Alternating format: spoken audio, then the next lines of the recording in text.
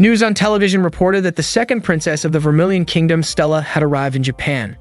She was accepted into Hagoon Knight Academy in Tokyo with the highest score in history and was even called the most talented and strongest knight. Ikki, who was watching the news, quickly turned off the TV. He thought about how some people believe life was unfair because what someone was born with could decide their future. Talent or no talent was something set from birth, and it felt like unchangeable fate. Those without talent would never defeat those who had it, so in the end, they had no choice but to give up on their dreams. Ikki remembered the words of his great-grandfather Ryuma, who had told him not to be bitter when he realized his own weakness. That advice was proof that Ikki had not given up on his dream. Holding on to those words, Ikki summoned his sword Intetsu.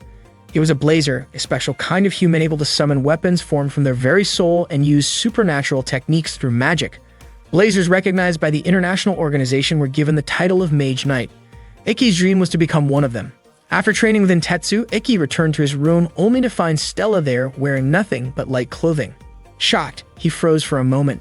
Stella, equally surprised, became furious when she saw him. In his panic, Ikki clumsily tried to make things even, which only made the situation worse. Stella, angry and embarrassed, immediately slapped him. Because of that incident, Ikki was summoned by Kurono, the headmistress of Hagoon Academy. She explained that Hagoon had always been the most prestigious knight academy in Japan. Every year in the Seven-Star Festival that decided the strongest knight, Hagoon's representatives had almost always taken the championship. But lately, the academy's results had declined. That was why she had stepped in as headmistress, determined to restore Hagoon's glory. However, she had not expected Ikki to get involved in such an inappropriate misunderstanding. Ikki explained that it was just an accident. Kurono, though skeptical, questioned why he had reacted the way he did. Ikki admitted his behavior had been clumsy, but he tried to take responsibility by apologizing directly to Stella. He promised he would do whatever it took to make up for the mistake. Stella, still upset, initially wanted to spread the story, but after hearing Ikki's promise, she decided to forgive him only if he was willing to face the consequences. She teased him with an impossible demand, but Ikki refused, saying the accident was not worth such a punishment. Stella became more offended when Ikki downplayed the situation, and her anger flared. She called him a lowly commoner and threatened to unleash her power against him. Flames appeared around her as her fury grew. Ikki, frightened, desperately tried to calm her down. Stella accused him of violating her dignity by barging into her room and looking at her in a disrespectful way. Cornered, Ikki blurted out that he had looked at her because he was genuinely captivated by her beauty. Hearing his honest words, Stella was caught off guard. The flames around her fizzled out and she blushed in embarrassment. She wondered how Ikki could casually say such a thing. Ikki, meanwhile, insisted that the room was actually his own. Stella did not believe him until Kurono returned and clarified that from now on, they would be sharing a room. Both Ikki and Stella were shocked. Aki questioned why an A-rank student like Stella had to share a room with him, a Class F student. He admitted that the techniques he could use were limited to low-level physical enhancements, and his magic power was average at best. In other areas, his ability was at the lowest level in the academy. Kurono explained that this was why Ikki was nicknamed the worst one, the weakest student in Hagoon. The reason he and Stella were paired together was simple. There was no student weaker than Ikki, and no student stronger than Stella. Stella asked what would happen if more misunderstandings came up between them. Kurono pointed out that Hagoon had other cases of male and female students sharing rooms, so if they could not accept it, they were free to leave the academy. Stella reluctantly agreed to the arrangement but set 3 strict rules for Ikki. He was not allowed to talk to her, look at her, or even breathe near her. Aki was dumbfounded, especially by the last rule, but Stella explained she did not want him invading her personal space. She even said he could sleep outside the room if necessary, which led to more bickering between the two. To settle things, Kurono reminded them that knights solved conflicts with their swords. She proposed a sparring match where the winner would decide the room's rules. Akai thought it was a fair and reasonable idea, but Stella was certain that a failing student from Class F could never beat her. Eki, however, believed that anything could happen in a match, especially since he had trained tirelessly up to this point. Stella agreed to the duel, but she raised the stakes. The loser would have to serve the winner. Ake protested that it was going too far, and eventually they reached an agreement. Kurono declared that the duel would take place in 1 hour. Stella really could not understand why she had to face Ikki, who claimed he had worked so hard. She remembered how her mother once told her not to train too much, but little Stella had said that her small country needed a powerful magic knight, and she promised to control her strength. Stella was very confident that she could defeat Ikki in the match. As Stella walked toward the arena, the students around her were talking about it. They were surprised that the great Stella was about to fight the one known as the worst one. Kurono herself did not expect Ikki to finally agree to the duel. Ikki's goal was to win the 7-star festival because if he could win it, he would be able to graduate even with poor grades, just as Kurono had once explained to him. Ikki was certain Stella would also join the festival, which meant sooner or later he would have to face her. Kagami, a member of the school's magazine club, even showed up to take photos. When Stella entered the arena, she mentioned that she knew Ikki was not allowed to join sparring classes because his ability was below the minimum standard. She advised him to stop dreaming of becoming a magic knight. Even though Stella's words had some truth to them, Ikki refused to back down from the match. He believed that hard work could surpass talent. Those words reminded Stella of someone she had defeated in the past, someone who claimed that being beaten by a gifted person meant effort did not matter, something Stella strongly disagreed with. The match was about to begin, and Kurono explained that the purpose of training battles was not to hurt opponents but to fight until the other could no longer continue. The devices used were set in training mode. As soon as the battle began, Ikki summoned his sword Intetsu, while Stella brought out her blazing weapon, Leviathan. Both of them charged at each other. Stella explained that the fire from her sword burned at 3,000 degrees Celsius, and if it hit, the risk was life-threatening. She swung her sword toward Ikki, but he quickly dodged. Even Nene, who was watching, was surprised by the intensity of the duel. Throughout the match, Stella kept attacking, but she did not expect Ikki to block her strikes so consistently. She praised his defensive technique. Ikki admitted he was struggling and pointed out that her swordsmanship showed she was not only gifted, but also someone who had worked hard. Stella appreciated his observation but was certain that her techniques could not be read so easily. At that moment, Ikki stopped one of her attacks. Stella was shocked to see that he could mimic her movement after observing it only once. The truth was that nobody had ever trained Ikki, so he had taught himself by carefully analyzing others. By studying deeply, he believed he could understand techniques to their very core and eventually surpass them. That was Ikki's style of swordsmanship. Stella attempted to feint, but Ikki calmly said that her swing was too slow and he easily blocked it. He even recognized that the move was not part of her usual sword style and advised she should not rely on tricks. His counterstrike landed, and for a moment, the students thought the fight was already over. Stella stood back up, however, and this time she poured her magic into her weapon. She explained that she knew Ikki's Intetsu would not be able to hurt her unless she fought him with her sword. Stella admitted that if she fought Ikki using only her swordsmanship, everyone would realize she was not just talented but also trained with dedication. Still, she decided to acknowledge that if she won, it would be because of her magic. With that, she resolved to face Ikki with her full power. Ikki, who had long accepted that he lacked natural talent as a magic knight, refused to step back. Stella then unleashed her full power, Cafeteria Salamandra. Ikki, meanwhile, focused on his own secret technique, always thinking about how the weak could defeat the strong. He called it Itoshura. When Stella launched her strike at him, Ikki suddenly moved with blinding speed, dodging the attack. Stella was stunned by how fast he had become, as if his magic had spiked all at once. In truth, Ikki had poured all of his magic into a single burst, focusing every drop of his energy into 1 minute. That was his original noble art. With that, Ikki's blade reached Stella, knocking her down. His belief was simple.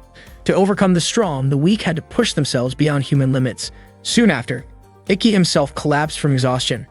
Kurono then announced that Ikki had won the match. The entire audience was left in shock. Nene, watching with a smile, commented that the upcoming selection tournament was definitely going to be exciting. After Stella regained consciousness, Kurono came to see her in the student infirmary. Stella admitted that it had been a long time since she had felt the sting of defeat. She asked how Ikki was doing. Kurono explained that the technique of releasing all energy within a single minute could only be used once a day, which meant Ikki must have been far more exhausted than Stella. Curious, Stella asked what had actually happened. A student like Ikki should not have been ranked at level F. Kurono explained that rankings were determined only by a blazer's raw ability scores, so skills like swordsmanship or martial arts were not considered in the evaluation. Because of that, the system at the time did not favor Ikki's strengths. Stella was still puzzled about how Ikki could end up repeating a year. Kurono told her that there were many difficulties, or rather, the kind of simple but unfair problems that often showed up. Ikki had faced that unfair system over and over, but he never gave up and continued to train his abilities with conviction. Earlier, Stella had once said that she wanted to study abroad because staying in her home country would not help her grow. Because of that, Kurono suggested that she follow Ikki's example so her time in school would not be wasted. Later, Stella returned to the room and saw Ikki fast asleep. She gently touched his back. It was the first time she had ever touched a boy's back. Suddenly, Ikki shifted in his sleep and his body pressed down on Stella's hand. She carefully tried to pull her hand away, holding herself back from making any noise. As she noticed Ikki's shirt slightly open at the stomach, a brief thought crossed her mind to reach out, but she quickly held herself back. Remembering how Ikki had once seen her in an embarrassing situation, she wanted to even the score, so she lightly placed her hand on his stomach. The moment she touched him, Stella felt a strong surge of energy flowing from him. Surprised, she muttered to herself why she had even done that in the first place. To her shock, Ikki suddenly woke up and asked what she was doing. Startled, Stella screamed in embarrassment. After that, Stella sincerely apologized to Ikki. She admitted that she had judged him too quickly, and that if she had tried to understand him beforehand, she probably would not have lost the way she did. She openly acknowledged her defeat. Ikki then asked if Stella was now ready to fulfill their agreement, since the loser had to follow the winner's orders. Stella had no choice because she did not want to break her word. With frustration, she said that she would follow any order from Ikki. Ikki, amused by her expression, laughed. To Stella's surprise, Ikki's order was nothing more than asking her to become his roommate because he wanted to be closer to her. Stella's face turned bright red when she heard such a straightforward request. Ikki told her he would cancel the arrangement if she was uncomfortable with it, but Stella quickly stopped him. She said she would go along with it, insisting that she was only carrying out his order. Still flustered, Stella asked Ikki to call her by her real name. From that moment, the two of them agreed to be good friends. Shizuku was Ikki's younger sister. One day, she realized that even in their peaceful world, there was still a cruel fate. Ikki, the brother she loved so much, suffered because of it. No one in their family cared about him. One morning, Ikki and Stella were out jogging together. For Ikki, running 20 kilometers every morning was just part of his routine. He told Stella not to push herself too hard, but Stella said she was fine with it. Ikki reminded her that her magical powers were already more than enough to make up for her stamina, but Stella insisted that she could keep up. Ikki pointed out that she just didn't like losing. Ikki offered her a drink from his bottle, but Stella hesitated, feeling a little embarrassed. Ikki quickly apologized, thinking she didn't want to drink from his bottle. But to his surprise, Stella snatched it and drank anyway. Seeing that, Ikki looked genuinely happy. That same day, his little sister Shizuku would be starting at the academy. They hadn't seen each other in 4 years. Stella wondered if Shizuku was actually his stepsister, but Ikki explained that they were true siblings by blood. Stella felt relieved when she heard that. Later, Yuri, who was Ikki and Stella's homeroom teacher, introduced herself to the class. She explained the selection process for the upcoming Seven Stars Festival. Stella noticed Yuri's voice sounded weak, but Ikki reassured her that even though Yuri seemed frail, she was a good teacher.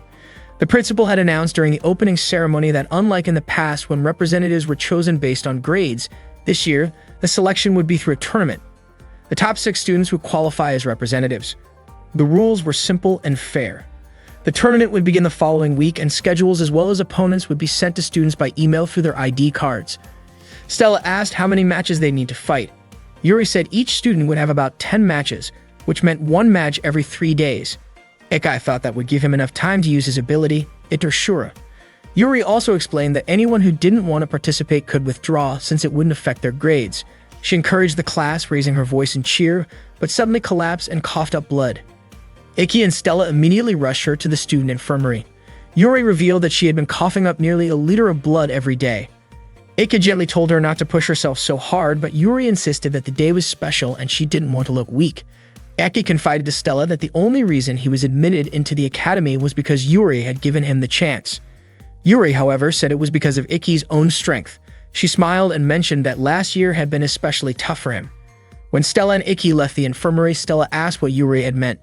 Ikki explained that Yuri was talking about how he wasn't allowed to join regular classes before. In the past, there had been no minimum requirements, but things had changed since then. Just then, the girl ran up and hugged Ikki.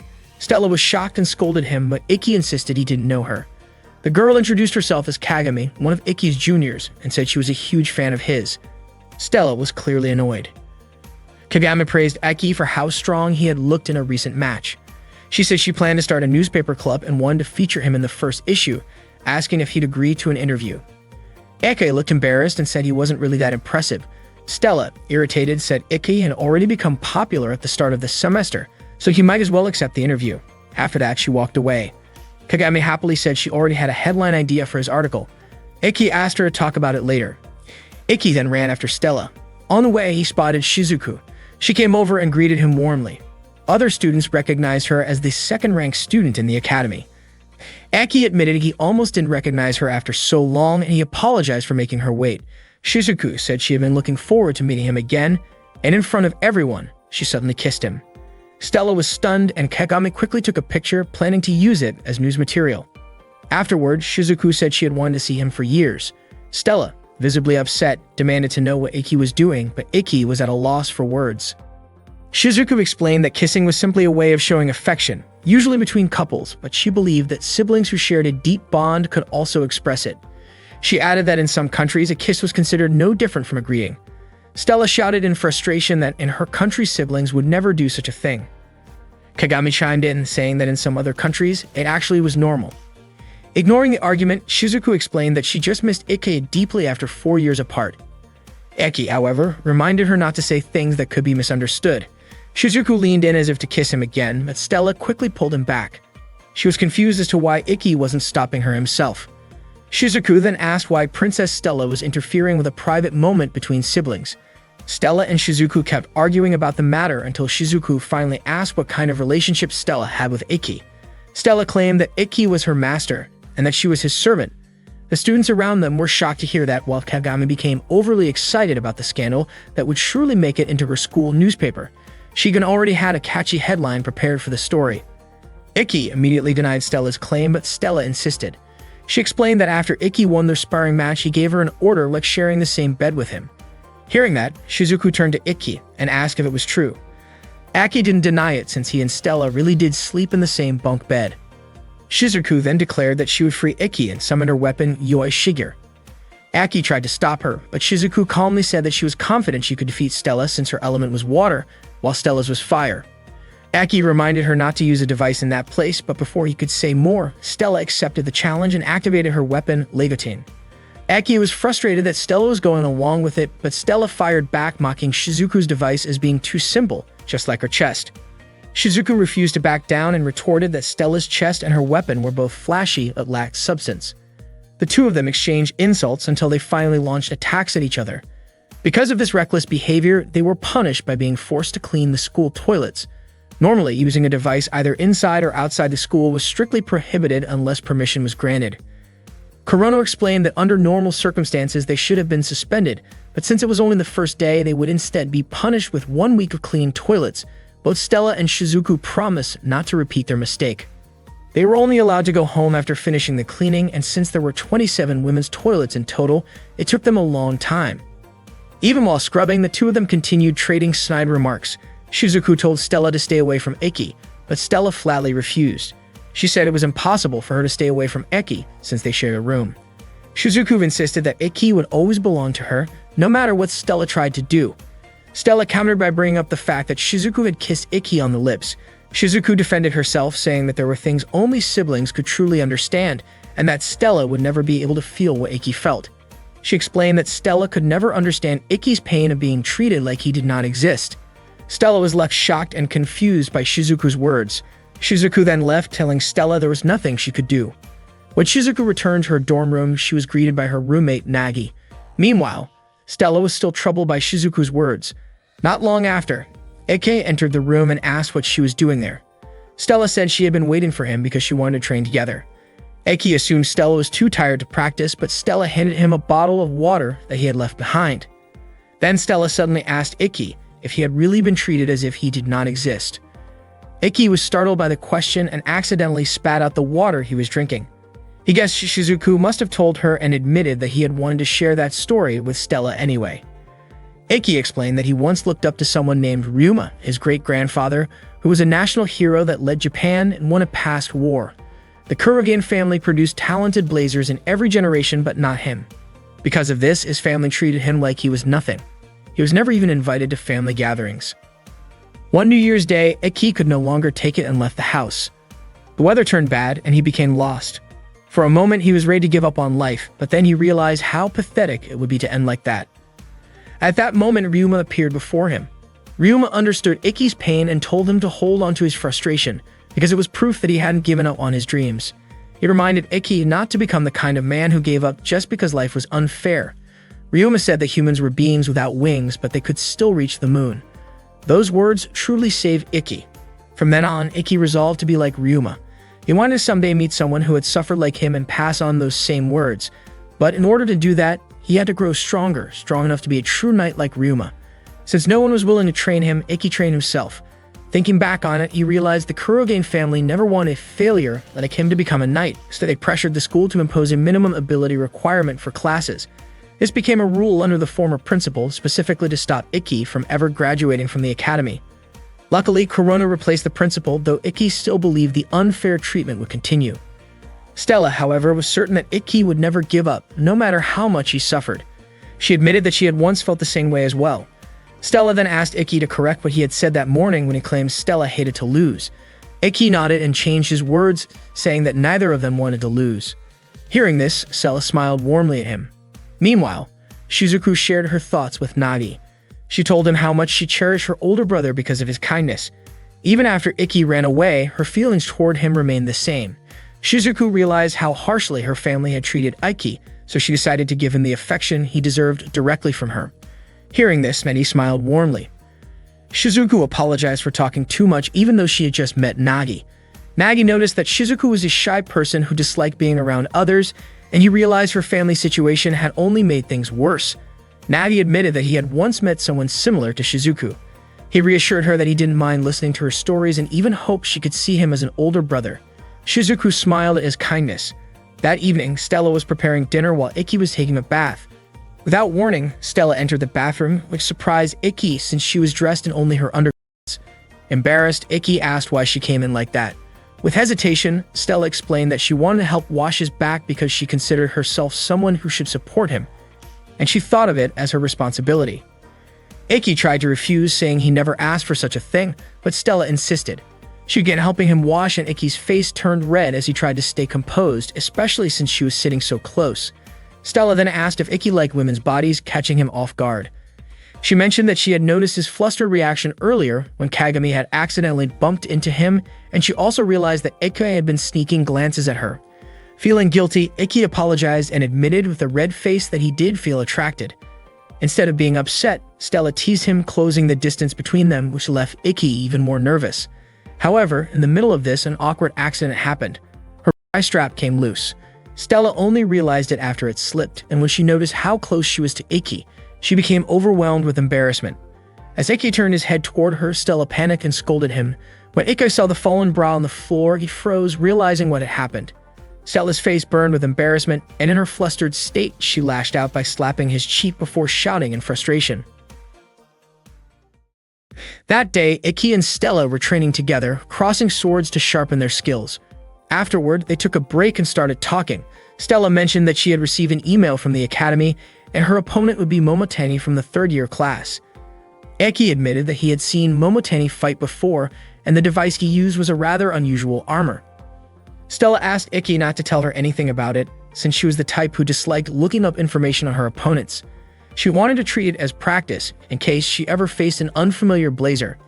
Ikki agreed, since there were times when not knowing an opponent's level of skill was part of the challenge. Stella then said that researching an opponent's strength, as Ikki often did, was also important. Suddenly, Ikki smiled. He was surprised that even though he and Stella often disagreed, they still managed to get along well. Stella's face turned red, and she felt really embarrassed after Ikki said that. When the bell rang, Ikki invited Stella to head back to class. Stella, looking nervous, shyly asked Ikki out on a date. But before he could answer, Ikki's phone buzzed with a message from Shizuku, inviting him to go shopping the next day. Stella looked annoyed, especially since Ikki immediately agreed to Shizuku's invitation. The next day, Stella tagged along when Ikki went shopping with Shizuku. Shizuku did not expect someone like Princess Stella to go shopping with commoners. It turned out that Shizuku had also invited Nagi. Stella explained that it was Ikki who invited her after she had said she wanted to learn more about Japan. Shizuku pointed out that Stella should focus more on learning proper manners and how to read the situation. Not wanting to lose, Stella countered that she did come along after reading the situation, since she would not let Ikki go off with his flirty little sister. Nagi then introduced himself as Shizuku's roommate, saying that Shizuku had asked him to keep her company while shopping. Ikki found Nagi's appearance surprising. Nagi explained that while he was a man by nature, his heart was more like that of a woman. As Ikki and Nagi talked, Stella and Shizuku kept watching them. They seemed worried that Nagi and Ikki might get too close. Nagi even thought about teasing Ikki a little, but Shizuku quickly pointed her sword at him, putting a stop to it. That day, the group took a train and headed to the shopping district. Stella was happy to be there. At one point, Iki asked if Shizuku's outfit looked a bit too flashy. Shizuku admitted that it was Nagi who had dressed her up. When Stella saw Iki and Shizuku holding hands, she scolded them. Shizuku was confused, saying that it was nothing more than sibling contact. She reminded Stella that she and Iki used to walk holding hands all the time when they were younger. Stella secretly wished she could hold Iki's hand too, but Shizuku teased her, saying that if someone held hands with the opposite sex who was not family, it looked like she had special feelings for him. Stella's face turned bright red and she quickly denied it, saying she was only Iki's servant. Shizuku told her that she did not need to hold Iki's hand anyway, and then invited Iki to go eat with her. Stella grew furious, calling Iki both clueless and a siskan. Meanwhile, in the mall's security control room, guards were about to change shifts when something suspicious happened. At the same time, Iki and the others were eating ice cream at a cafe that Nagi had recommended. Stella was surprised that Nagi knew so much about good spots.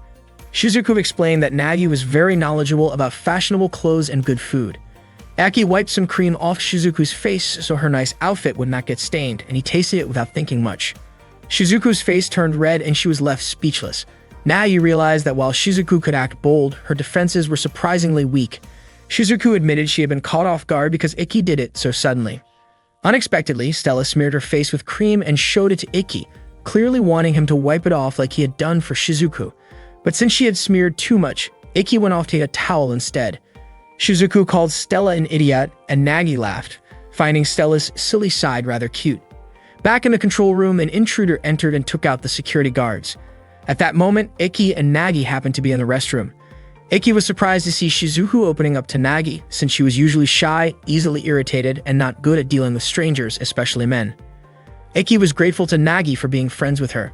Nagi replied that Iki was exactly as Shizuku had described him, strong and caring. Suddenly, Nagi heard footsteps and covered Iki's mouth to keep him quiet. Two intruders working for Bishu burst into the restroom, with one of them even firing a gunshot. After making sure no one was inside, they left. Thanks to Nagi's magic, both he and Iki managed to stay hidden. Afterward, they returned to the restroom and found a mask left behind by the two criminals. Iki suspected that the mall they were in was being robbed. Nagi suggested they find out more, activating his device called Darkness Hermit. With it, Nagi could manipulate shadows and move through them. Together, he and Iki made their way to the security room, where they found the unconscious guards, most likely drugged by the intruders. Iki immediately reported the situation to Kurono. By then, the case had already made the news since a visitor had managed to escape and notify the police. Kurono told him that the police were surrounding the area. Iki wondered who the culprits really were. According to Kurono, it was just a gang of criminals with one blazer among them. They were also demanding a huge ransom. Akai thought that if money was all they were after, the case should have been easy to handle. According to Kurono, it seemed that the criminals were not only after money. She was certain the police would need the help of Iki and Nagi, so she allowed them to use their devices. Akai thanked her, and Kurono reminded him not to act recklessly. At that time, the criminals were holding several people hostage in the mall, including Shizuku and Stella. Stella called them cowards for targeting women and children. Shizuku whispered a plan to Stella and asked her not to act until she had finished preparing. In the crowd, a mother was crying and begging the criminals not to hurt her child. The one leading them, Yoken, shoved the woman to the ground. A young boy threw his ice cream at Yoken, asking him to leave his mother alone.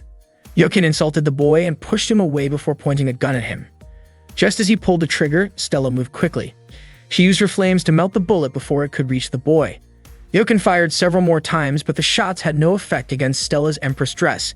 Stella calmly explained that she had no intention of fighting them and only wanted to speak to their leader.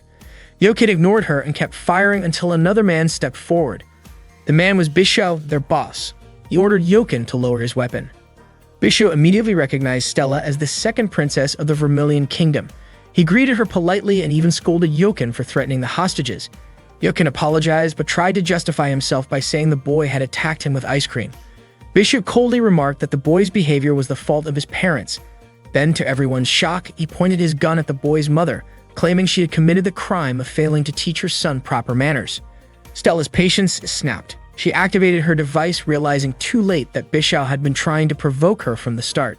Still, she had no choice but to fight. Bisho drew his own device, the Judgment Ring, and blocked her flames. With a single counter, he managed to knock Stella down. He explained that his weapon worked through a system of judgment and punishment. The ring on his left hand absorbed his opponent's attacks as sins, while the ring on his right hand released them back with multiplied force as punishment. Stella quickly realized she had been struck by her own power reflected against her. Bishu mocked her, calling her noble for risking her life to protect strangers. Then, with a twisted laugh, he demanded that Stella humble herself before him if she wanted to save the hostages. Stella refused to give up, and Bishu burst into loud laughter at his own cruelty. Ikki, furious, wanted to rush in, but Nagi stopped him. Nagi reminded him that acting recklessly could put everyone in greater danger. Meanwhile, Stella's resolve hardened, and though Bishu thought he had broken her, she stood strong. At the same time, Shizuku was secretly casting a spell. Nagi reassured Ikki, telling him to trust his sister, since she was one of the Academy's best magic users. Sure enough, Shizuku managed to quietly create a barrier around the hostages, keeping them safe without the criminals realizing it. Bishu eventually noticed that Stella wasn't the only blazer present. He ordered his men to open fire on everyone. Yokin and the others obeyed, but their bullets bounced harmlessly off Shizuku's magical shield. Confident now, Shizuku believed Ikki would finish the fight. Ikki drew his device in Tetsu. Bishu and his men spotted him standing above them and tried to shoot him down, but none of their bullets could hit him. Ikki declared Itoshura, focusing all of his strength into his sword. He knew that if Bishu's left hand made contact first, his attack would be neutralized, so Ikki moved with precision, leaping into the air and spinning to confuse Bishu's aim. In an instant, Ikki closed the distance and slashed with lightning speed. Bishu's left hand was severed by the strike. This was Ikki's seventh secret technique, Reiko. Bishu screamed in pain. Ikki explained that his sword was faster than Bishu's eyes could follow, leaving him unable to defend. He added that Bishu's suffering was nothing compared to what Stella had endured because of him. Not long after, Nagi revealed himself. Bishu desperately tried to order his subordinates to attack again, but it was already too late. Stella had already defeated them. Ikki suddenly hugged Stella and her face turned red from the unexpected embrace. He quickly apologized, and not long after, Shizuku arrived, bringing Stella a change of clothes. She was surprised that Stella had charged forward without a plan, but she admitted that Stella's actions were still something to be praised. Stella, in turn, complimented Shizuku for protecting everyone. Just then, Ikki's strength weakened and the others grew worried. He explained that it was the side effect of Itoshura. Out of nowhere, a woman who had been hiding among the crowd of hostages revealed herself as one of Bishu's subordinates and took control of the situation. She demanded that they release Bishu. Before anyone could act, a sudden attack knocked the woman down. Stella couldn't understand where the strike had come from. A man appeared, saying he hadn't intended to steal someone else's moment of effort. Nagi was confused because he hadn't sensed this man's presence at all. Ikki, however, recognized him right away. His name was Shizuya. With a confident smile, Shizuya remarked that he didn't expect Ikki to still be attending school. Soon after, the police arrived and arrested Bishu and the others. The girls quickly gathered around Shizuya, praising him as if he had been the one to defeat the villain. Seeing that, Stella grew irritated, and Shizuku quietly agreed with her. Ikki approached Shizuya to thank him, saying that thanks to him, everyone was safe. Shizuya responded that it was only natural to protect those who couldn't protect themselves, but then asked Ikki if he still planned to become a knight with such limited strength. Stella immediately grew defensive and demanded Shizuya stop talking that way, but Ikki gently held her back. Frustrated, Stella declared that Ikki was stronger than Shizuya. Shizuya laughed at her words, finding them amusing, and teased her by saying it seemed she already saw Ikki as a cool and admirable guy. He went on to remark that Ikki should have told her the truth, that he had once withdrawn from a match because he was unwilling to face him. Shizuya then told Ikki to check his email, revealing that he was Ikki's first opponent in the upcoming tournament. With pride, Shizuya introduced himself as last year's representative of the Seven Stars Festival and said he hoped Ikki wouldn't back out this time. Stella grew even more annoyed by his arrogance. The selection tournament for the Seven Stars Festival began with Stella facing a student nicknamed the Heavy Tank, whose name was Momotani. Momotani used a device shaped like armor called Goliath, and his signature move was Heavy Charge. The students cheered loudly when the match started, encouraging Momotani to defeat Stella. Stella reminded everyone that this was a real match, not just training, and warned Momotani that taking a direct hit here would hurt much more than during practice. She advised him to think carefully before fighting. After hearing her warning, Momotani decided to surrender, which made Stella the winner. After her match, Stella went to take a shower, where she overheard Shizuku and Nagi talking. Shizuku mentioned that there was nothing impressive about Stella's earlier match because her opponent had simply been too weak. When Stella came out of the bathroom, she admitted that Shizuku was right. It turned out that not only Stella but also Shizuku and Nagi had won their respective matches. Suddenly, Kagami appeared, praising them for their victories. Kagami's sudden entrance startled Stella, causing her towel to slip. Embarrassed, Stella tried to cover herself with her hands. Curious, Nagi asked who Kagami was. Kagami introduced herself as a member of the newspaper club and said she aspired to be a professional journalist. Nagi guessed that Kagami probably heard a lot of rumors around the academy. Shizuku clarified that Kagami was a journalist, not a gossip chaser, though she admitted that she often picked up on rumors as well. Nagi, instead of being put off, wanted to get along with her since they both enjoyed hearing such things. Meanwhile, Ikki was watching match footage on his laptop when Stella came over to see him. He congratulated her on her victory earlier, having already heard the result through an email. Stella noticed that Ikki had been rewatching the same video repeatedly and wondered why. Ikki explained that he wanted to study the timing of the attacks. Stella revealed that the move in question used an ability called the Invisible Area. It did not only hide a person's form, but also their scent and presence, making it a perfect camouflage. That was the frightening ability of the device Oborozuki. Stella admitted she disliked the idea of defeating opponents without ever revealing oneself. Ikki believed that if the user of Oborozuki ever faced Stella, he would likely back off immediately, since a long-range fighter like her could counter such an ability. He pointed out that while people called that kind of fighting style the hunter, Stella thought it was more fitting to call such a person a coward. She realized, however, that for Ikki, such an opponent would be especially challenging. She asked if he would really be alright going up against someone with a device like that. Ikki asked if she was worried about him. Stella, flustered, denied it, saying only that she did not want him to lose to someone like that. Ikki assured her that he already had a plan in mind and was confident in his victory. Stella smiled and encouraged him. Determined to figure out a way to defeat Shizuya, Ikki continued to train. While exercising, he ran into Nagi, who asked if it was true that Ikki had been attacked by Shizuya in the previous year. Ikki explained that back then, the Kurogen family had close ties with the former principal, and they kept trying to push him out of the academy. Because of that, Shizuya began targeting him. At that time, Ikki was banned from attending classes since his ability scores were ranked too low. Shizuya had challenged him to a fight, thinking that if Ikki could hold his own, the teachers would be forced to acknowledge his strength. However, Ikki refused because he had no intention of fighting him. Shizuya continued attacking him relentlessly, but Ikki never fought back.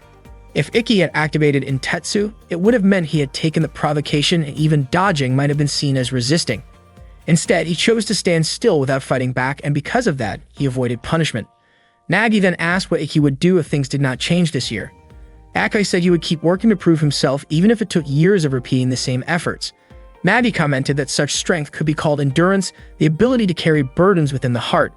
He explained that normally when endurance reached its limit, the heart would scream.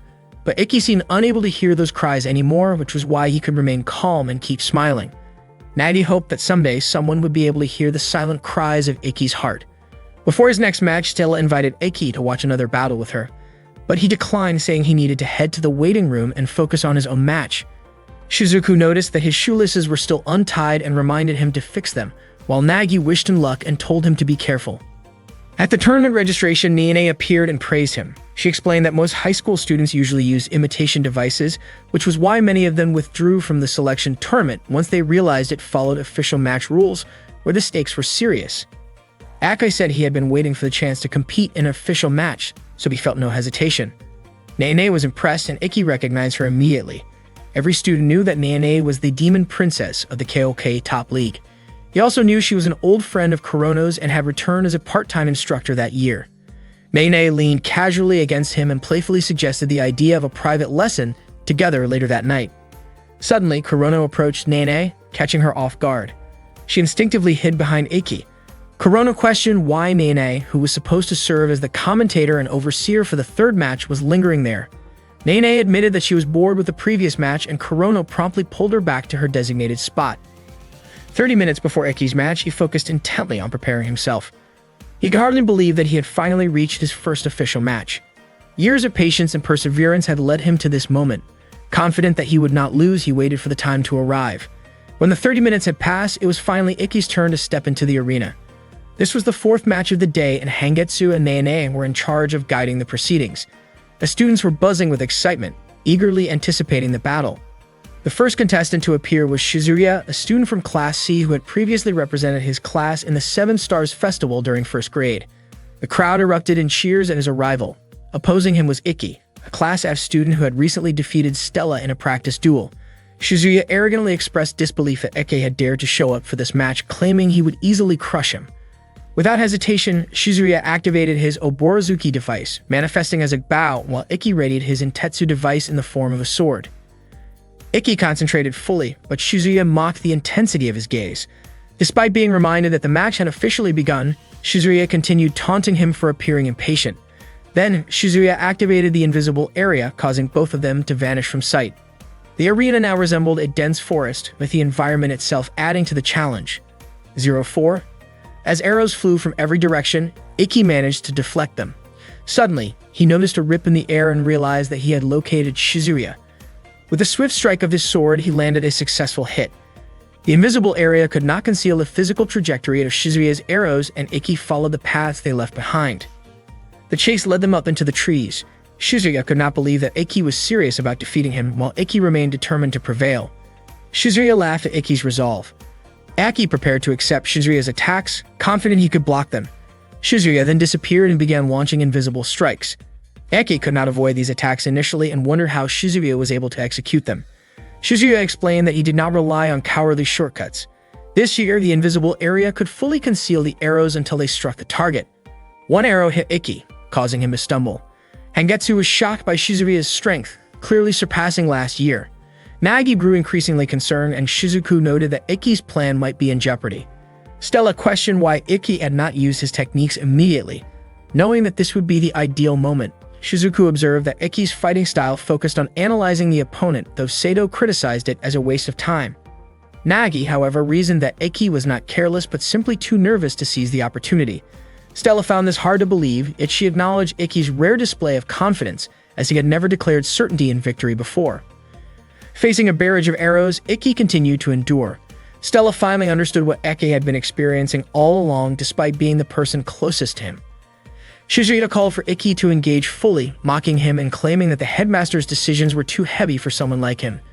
The students were taken aback by his words.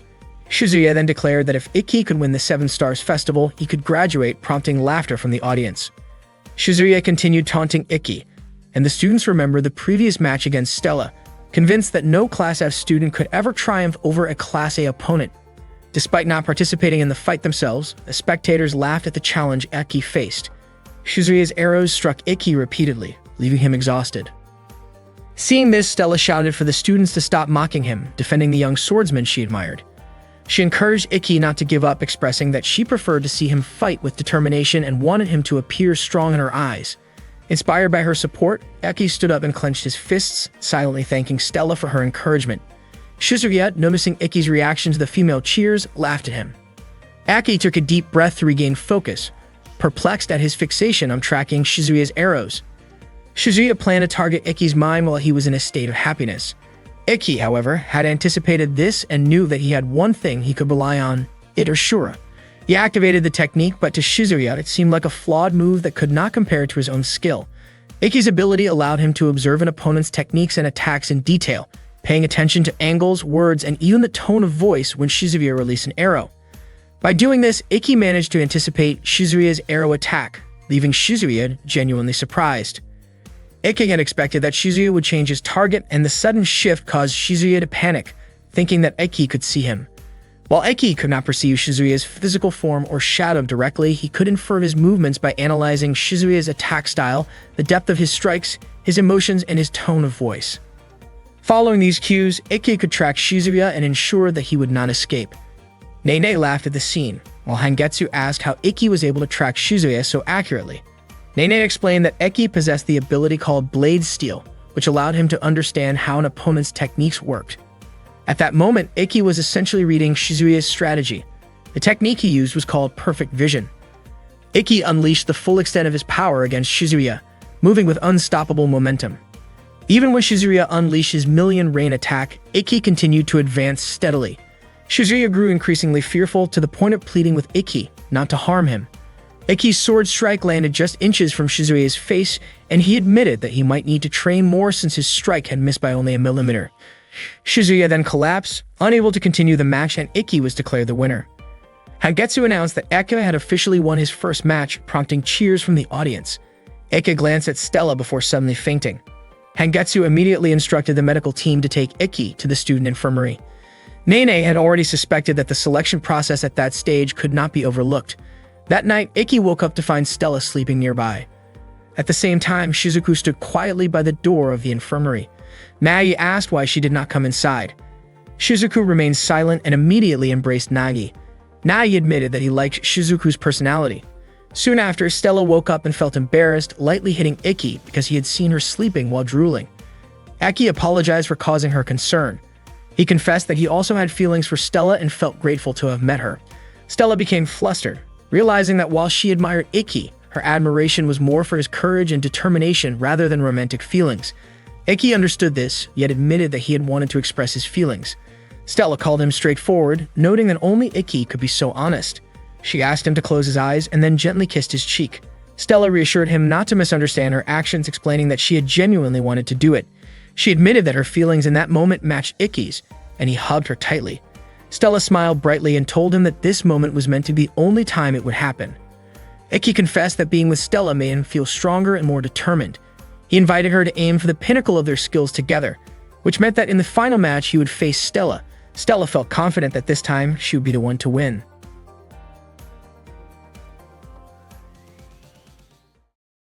That day, Stella was training alone, still thinking about Ikki ever since that night when they hugged. Since then, they had become a couple, but Stella found it puzzling that for the past 2 weeks, Ikki had been acting completely normal toward her. Ikki had just won the selection tournament again, marking his 5th consecutive victory. His friends no longer called him the worst one and had started to see him as a skilled swordsman. Kagami even approached him, asking if he could practice sword techniques with her. Stella watched the interaction with a visibly annoyed expression. Ikki didn't mind helping Kagami and the others, which made them all very happy. Kagami began taking notes for her next front-page article about the warm guidance she received from Ikki. Ikki wondered why their training sessions seemed to shift in focus, but Kagami said it was fine and decided to start her practice the following day. Stella appeared frustrated, noticing how the male students looked envious of Ikki being surrounded by girls. Before long, Yuri arrived to begin their class, but unexpectedly, she collapsed and became unconscious, causing panic among the students. Later in the room, Stella questioned why Ikki was so brave. She was concerned because Kagami and her friends were skilled fighters, so training them could turn them into challenging opponents for Ikki. However, Ikki hoped for that outcome, believing that if it happened, it would show Kagami and the others were truly deserving of training. Besides, if they faced difficult situations, Ikki's advice might help them. He simply wanted to do whatever he could. Stella realized just how kind-hearted Ikki really was.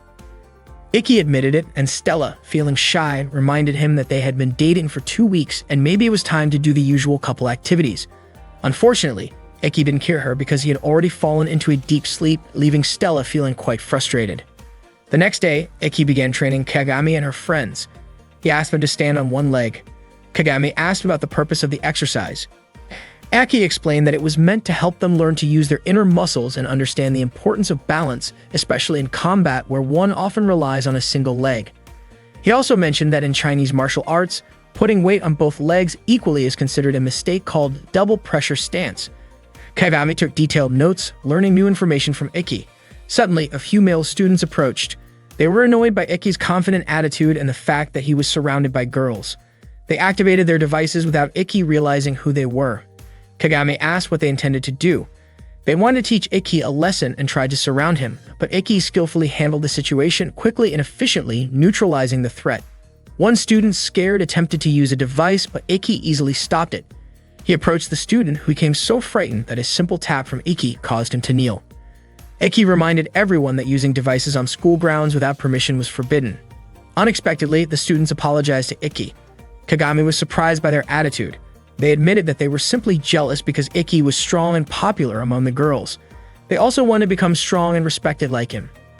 They begged Ikki to train them, and he agreed, immediately instructing them to start practicing right away. The male students even began calling him Master Teacher. Kagami kept taking notes about Ikki's teaching methods, confident that her story would attract attention online.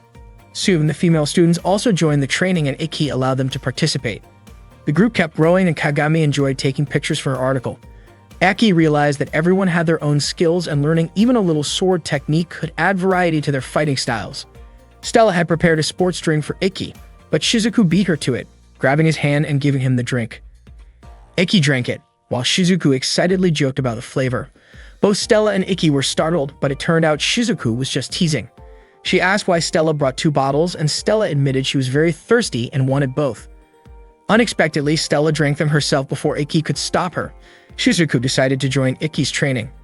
Even though she had a trainer at home, she claimed she wouldn't want to train under someone who had previously rejected Ikki. Ake permitted her to join. Stella didn't want to be left out and tried to join as well, but Ikki didn't immediately allow it. Frustrated, Stella ran off, upset that Ikki wasn't being sensitive to her feelings. On her way, she ran into Nagi, who had a dating game called Shiritsu Prince Kakuan, which Stella borrowed out of curiosity. She played it in her room, enjoying the romantic interactions and imagining moments like holding hands, sharing a kiss, and hugging. Suddenly, Ikki appeared, startling Stella. He told her that tomorrow's training session would be held at the swimming pool and invited her to join. Stella questioned why he was inviting her when he hadn't intended to train her before, and Ikki explained the reason. The next day, Ikki, Stella, and the others set off on the bus. Stella looked cheerful, sitting next to Ikki. Shizuku wondered why Stella was joining them, while Nagi guessed that Stella must have been so hooked on Shirapu's game that she was ignoring the real world. Stella smiled, remembering what Ikki had said yesterday. She realized that she had already reached the point where Ikki could train her, even though their sword styles were very different. Aki's technique relied more on strategy, while Stella relied on raw strength. If she practiced with Ikki, the results could be unpredictable. Ikki wanted Stella to grow far beyond what she imagined. Her eyes sparkled as she felt moved by his concern. Stella watched Ikki's peaceful sleeping face on the bus, and Kagami noticed the quiet moment between them. When they arrived at the swimming pool, the students changed into their swimsuits, looking impressive in their new attire. It was Stella's first time seeing a swimming pool in Japan. Shizuku teased her, joking that a foreign princess had never experienced the outside world. Stella explained that in her palace, pools of that size were usually only for bathing. The two of them always seemed to bicker, no matter where they were. The boys watched with admiration, feeling lucky to follow in the footsteps of their great teacher. Ikki instructed them to relax their bodies and float in the water. This exercise was meant to train their lung capacity. Kagami continued taking notes on everything Ikki said. While in the water, they would become more in tune with themselves. Ikki asked them to focus on their bodies and listen to the inner voice within. Stella seemed slightly bored because Ikki wasn't spending much time with her, even though she had gone through the trouble of picking out her swimsuit. At one point, she accidentally dropped the ball, which hit another girl. Stella apologized, but the girl barely paid attention. Stella dove into the pool, following Ikki's instructions, trying to listen to her heart to determine which sense was her strongest. She was confident that Ikki's Ito Shura technique would sharpen that sense to its limit. As she focused underwater, she was startled when Kagami asked about her relationship with Ikki. Stella choked and quickly surfaced. Kagami immediately apologized, and Stella asked what she meant by that question. Stella tried to brush off the topic, thinking it impossible for a princess to date a commoner. Kagami then asked if that meant she could pursue a relationship with Ikki herself, even jokingly suggesting she would confess to him. Hearing this, Stella quickly stopped her, accidentally admitting that Ikki was her boyfriend. Kagami promised not to tell anyone, reasoning that as a journalist, she also wanted her friendships to remain smooth. Stella felt relieved, but Kagami pressed on, asking how far her relationship with Ikki had progressed. Stella's face turned red at the question. Kagami curiously wondered if they had done anything intimate, but Stella firmly denied it. Kagami speculated whether they had at least kissed, and Stella bashfully admitted that they had not. Ikki was still training the students, and Shizuku was surprised to see that he remained so enthusiastic. She asked Nagi whether it was strange for a younger sister to have feelings for her older brother. According to Nagi, while it was unusual in general, he believed that Shizuku would continue to like Ikki regardless, and that this was a form of true affection. Meanwhile, Stella was sharing her feelings with Kagami, who realized that Stella was deeply devoted to Ikki. Stella admired everything about him, from his life path to his dreams. Kagami was curious whether there had been any progress in Ikki and Stella's relationship over the past 2 weeks. Stella admitted that she did not want to force anything, she simply wanted them to appear more like a couple. Kagami asked if Stella had told Ikki about this, but Stella felt she could not bring herself to say it, as she was shy. At that moment, Nagi tried to comfort Shizuku, who was feeling conflicted. He was confident that no man would dislike a determined girl, especially one as sweet as Shizuku. She realized that she needed to be ready for either outcome, whether Ikki would accept her or not. Nagi explained that this was a step in transforming from a little sister into a mature woman. Shizuku responded that as long as Ikki was happy, she would be happy too. Nagi reminded her that she still had a chance, especially since Stella had not yet fully opened up to Ikki. At the same time, Kagami suggested that Stella should be more open with Ikki. If she remained silent, Ikki might not open up either. Stella was worried that being too forward might make Ikki dislike her, fearing she would seem inappropriate. Kagami reassured her that Ikki would not dislike her, explaining that 2 weeks was a long time and men often acted slowly. If Stella kept quiet, he might eventually drift away. Stella did not want that to happen. Kagami promised to help them get closer and mentioned that she had noticed Ikki glancing at Stella's swimsuit. Stella felt a surge of excitement, but immediately became nervous when Kagami left to call Ikki. Before long, Ikki approached Stella. He mentioned that Kagami had told him she wanted to discuss something important. Stella asked what he thought of her swimsuit. Akai said it suited her well, but Stella felt a bit down since he had not looked directly at her. She remembered Kagami's advice not to remain silent. Suddenly, Ikki asked if they were sure about continuing their relationship as it was. He also noted that in the past 2 weeks they had not really seemed like a couple. Stella feared that he might leave her, but Ikki explained that he simply wanted to discuss the future of their relationship. Overwhelmed, Stella began to cry, expressing that she felt their relationship was impossible. She also complained about how they had never held hands and noticed that Shizuku or even Kagami at times seemed more attentive. Ikki was confused by what Stella was saying. She guessed that he might want to break up with her. Ikki apologized if his behavior had made her dislike him. Stella asked if it was not Ikki who disliked her, but he was puzzled by why she would think that. He turned it around, suggesting that she was the one upset with him. Though Stella denied this and affirmed her feelings for him, Ikki admitted that he liked her even more. Stella was frustrated by Ikki's indifferent reaction to her swimsuit and his lack of attention when she went silent. Ikki explained that he did not want to focus on her swimsuit because he did not want her to think he was being inappropriate. It turned out that both of them were concerned about being misunderstood, so they avoided behaviors that couples might usually share. They did not even understand why they had argued in the first place. Ikki had asked Stella to express what she wanted to do at that moment. To their surprise, they both wanted to kiss. Facing each other, Ikki gently kissed Stella on the lips. Stella asked if he disliked girls who took the initiative to kiss, but Ikki assured her that no man would dislike a confident girl. Stella confessed that she did not like guys who initiated kisses, except for Ikki. Afterward, they shared a tender moment together.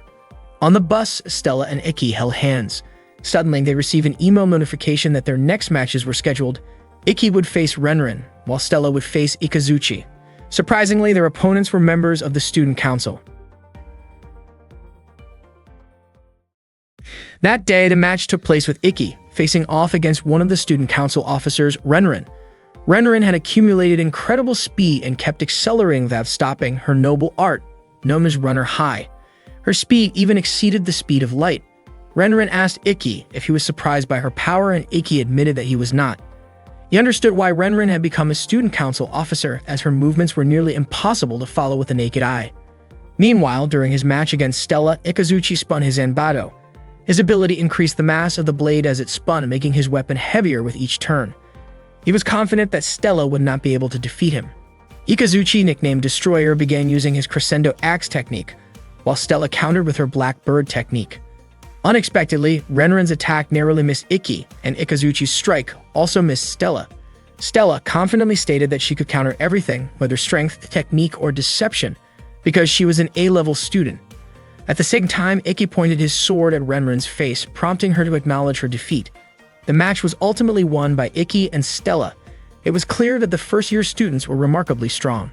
The match had been skillfully overseen by Mikazuki and Hangetsu, who proved to be excellent commentators. Unexpectedly, a girl who had met Stella at the swimming pool was also watching the match. After the match, Shizuku congratulated Ikki, who felt a sharp pain in his wrist. Shizuku immediately held his hand and offered to stay close to help take care of him. Stella grew a little annoyed by Shizuku's attention toward Ikki and suggested that he should tell his younger sister to give him some space. Shizuku was confident that Ikki would never scold her because he cared so much for her, and Ikki silently confirmed this. Shizuku told Stella not to interfere as it was none of her business. Stella admitted that she did have a connection to Ikki, but hesitated to explain further. Suddenly, Navi asked how long Ikki would allow a certain person to follow him. Ikki realized that someone had been tailing him, a girl hiding behind a tree. Neither Shizuku nor Stella had noticed the stalker, and Stella even suggested that this person might have been the one who placed a razor in the mail. Nagi mentioned that the girl had been following Ikki for a week, and it seemed it was time for him to address the situation. Ikki called out to the girl to ask what she wanted.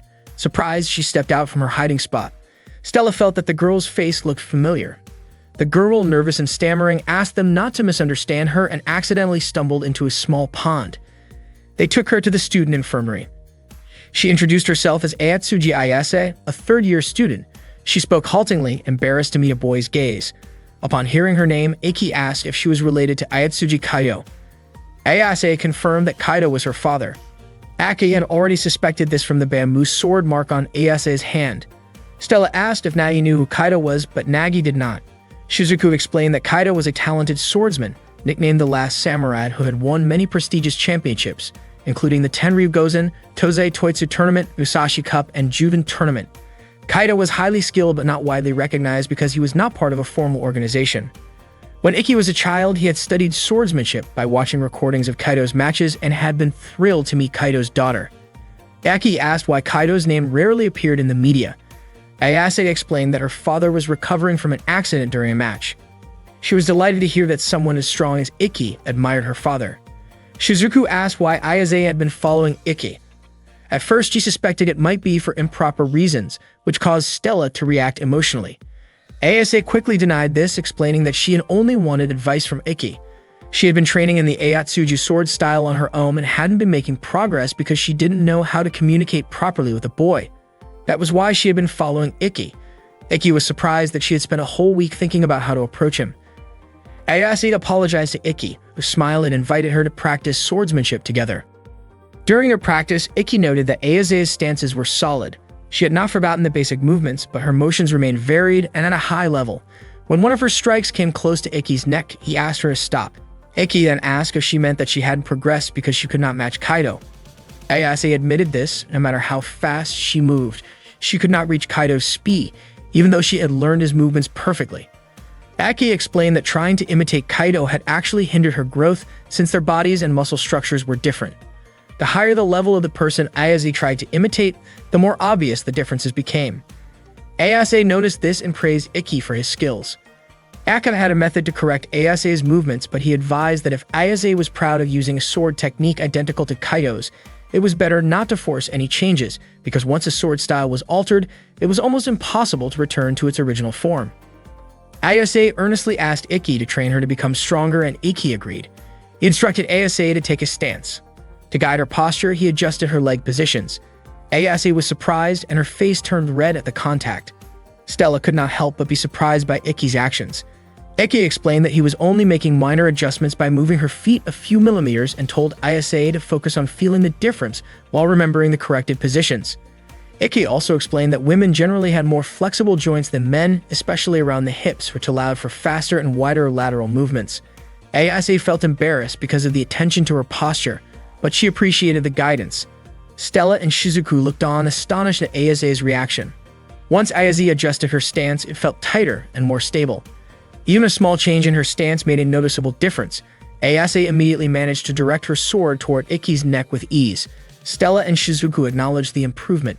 Ayase had shifted the center of her movements from her arms to her lower body. She was thrilled as she had struggled with this for a long time and Iki had made it seem easy.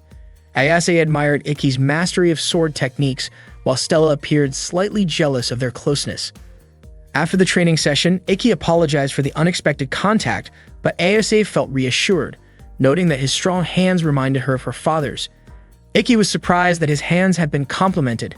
Ayase expressed admiration for Iki's dedication, clarifying that her feelings were purely respect and not anything else.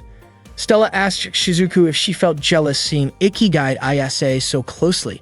Shizuku considered Iki's actions as purely instructional and supportive, not flirtatious. She believed that as long as it made Iki happy and the person was trustworthy, she would approve. However, Shizuku felt there would be no one like her in that regard. Stella was surprised by Shizuku's maturity despite her small stature. Shizuku, in turn, teased Stella for being physically developed but still somewhat childish. Meanwhile, Ayase asked Iki to continue her training the next day, confident that she could grow stronger under his guidance. She was determined to pass the selection for the 7-Star Festival tournament. That night, before going to bed, Stella asked Iki how it felt to guide Ayase's posture so closely. Aki admitted he could not easily explain it. Stella reached out her hand and Iki took it, reassuring her that he was only helping with training. Stella admitted she was worried about misunderstandings, but Iki emphasized that his feelings were only for her. The next day, Ayase practiced sword techniques with Stella. who admitted that Ayase's movements were impressively fast. Ayase thanked her for the support. That evening, Ayase treated Iki and Stella to dinner at a cafe, expressing gratitude to Iki for training her daily. Iki lightly scolded Stella for eating too much, but she explained that eating too little made her feel sluggish. Ayase was surprised that Stella could maintain a slim figure despite her hearty appetite. Ayase reflected that training with Iki was helping her gradually approach her father's level, though Iki reminded her that it was thanks to her own hard work, and that she would understand this fully in time. Ayase also felt determined that she still had challenges to overcome to reclaim what was lost. Suddenly, a group of young men arrived and greeted Ayase, making her uncomfortable. Aki noticed and warned them not to bother her. Their leader Kurado poured a drink for Iki, but then acted aggressively, laughing and claiming Iki's defenses were weak. Stella and Ayase worried about Iki's safety. The commotion caused other cafe patrons to leave, and one staff member tried to call the police but was stopped by someone. Kurado admitted he enjoyed confronting sword enthusiasts and challenged Iki. Stella wanted to intervene, but Iki stopped her, assuring that it was unnecessary since the bottle had been thrown accidentally. Kurado's subordinates laughed at Iki despite his composure after being struck by broken glass. Kurado approached and spat at Iki, and again Stella tried to fight, but Iki prevented her. Kurado dismissed Iki as weak and lost interest in fighting him further. After Kurado and his friends left, Stella wondered why Iki had allowed Kurado to behave that way. She also realized that Iki had intentionally not dodged the bottle swing.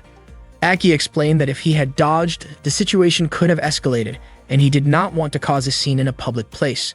Moreover, if he used his device, he could have been expelled from school. Stella then understood that Iki probably felt Kurado was extremely strong. Ayase, on the other hand, appeared visibly shaken by fear. Not long after, a student appeared and mentioned that Kurado was known as the Troublemaker and a top fighter from Danro Academy, nicknamed the Sword Eater. According to the student, Iki's decision not to confront Kurado was the right choice, especially since Kurado had made it to the top 8 in last year's 7-Star Festival. Another student soon arrived, expressing relief that Iki had not chosen to fight Kurado. Curious, Stella asked who those two students were. They were Otakata, the vice president of the Hagoon Academy Student Council, and Kanata, the student council treasurer. Otakata proceeded to heal the wound on Iki's head. After returning from the cafe, Ayase asked about Iki's head injury. Aki explained that thanks to Utakata, the wound seemed to have disappeared entirely. Stella then asked Ayase about the true identity of Kurado and his friends. Ayase remained silent, unwilling to answer. Aki did not push her, but assured her that he was willing to help as a friend if she had any problems. Just as Ayase was about to speak, Iki's phone rang. There was an email notification revealing that his next opponent would be Ayase. Ayase had received the same notification. Neither Iki nor Ayase had anticipated this. After that, Ayase quickly left. Meanwhile, Kurado's friends continued discussing Iki, criticizing him for not fighting Kurado. However, they ultimately agreed that it was a wise decision to avoid a battle with someone as strong as Kurado.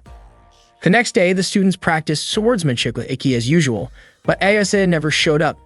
Shizuku remarked that Stella must be happy about that since she had been so jealous of Ayase. Shizuku even teased Stella about being selfish, which led to their usual quarrel. Iki recounted the incident to Nagi. Nagi pointed out that if Ayase's goal was to advance to the 7-Star Festival, she could not afford to lose in the selection rounds. However, she likely would not be able to defeat Iki the next day, so she would probably do something to win. Iki was surprised at how much Nagi seemed to know. Iki then showed Nagi Ayase's message, which requested a meeting on the rooftop at midnight. Nagi warned that it was clearly a trap, but Iki was confident that Ayase would not cheat, recalling that she had once confessed her fondness for his hands. For that reason, Iki decided to meet her. Nagi admitted that Iki's determination was dazzling, even making him envious. Though Nagi disliked direct eye contact, he could sense certain things because of it. He warned Iki to be prepared to cut ties if anything went wrong, so he would not regret it later. Aki promised that he would not falter, determined to keep his promise to Stella. At midnight, Iki arrived on the rooftop where Ayase was waiting with a smile. At midnight, Iki met Ayase on the rooftop, asking what she wanted to talk about. Ayase already knew about Iki and Stella's promise to face each other at the 7-Star Festival. Aki admitted that wherever and whenever it happened, he and Stella had promised to fight one more time. Ayase asked what he would do if, before that promise could be fulfilled, he had to face an enemy he could not defeat. Aki said that he would still fight fairly even knowing he could not win, because the only thing he could do was fight with all his strength. Ayase disagreed. In her view, fairness without results was meaningless, and she would do whatever it took to win. Suddenly, Ayase let herself fall from the rooftop. Ikki was shocked and shouted her name. He then activated Itoshura to save her, rushing down to catch her before landing safely in the pool below. Ikki could not understand why Ayase had done such a thing. She smiled, knowing he had used his trump card, Itoshura. Ikki was surprised to realize that Ayase had deliberately lured him. Ayase knew that Itoshura could only be used once a day, while the selection tournament would begin in 10 hours. That gave her a chance to win, even if her sword skills were not fully developed, because combining them with her blazer power could potentially overpower Ikki, who had already used his ace. Ikki asked why Ayase would abandon the honor of a knight and lower the spirit of swordsmanship. Ayase ignored his words, focused solely on defeating him. After that, she left. Ikki tried to pursue her, but felt his body weaken and could not move. Meanwhile, Stella was asleep and murmuring in her sleep. When she woke up, she was startled to see Ikki above her.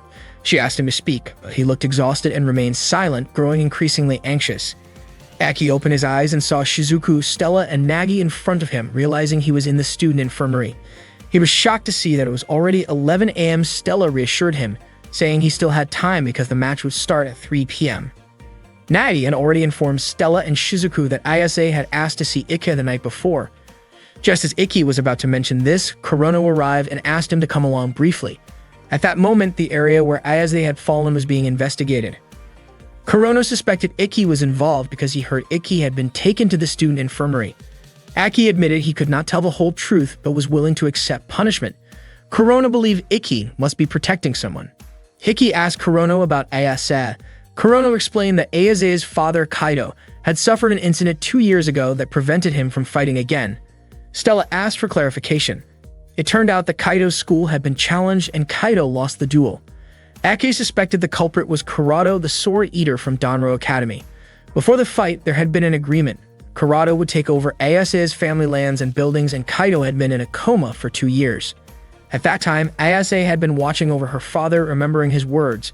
No matter what happened, she must uphold her dignity, maintain proper conduct, help the weak, and avoid evil. Whoever challenged her, she must fight fairly. Kaido also told her to become a fearless sword knight. Ayase had once confronted Kurado, but he dismissed her as too weak to be a worthy opponent.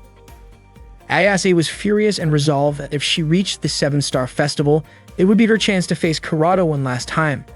Suddenly, Kaido apologized. Ayase held her father's hand and promised to reclaim everything. Meanwhile, Kurado and his friends were in the academy's backyard.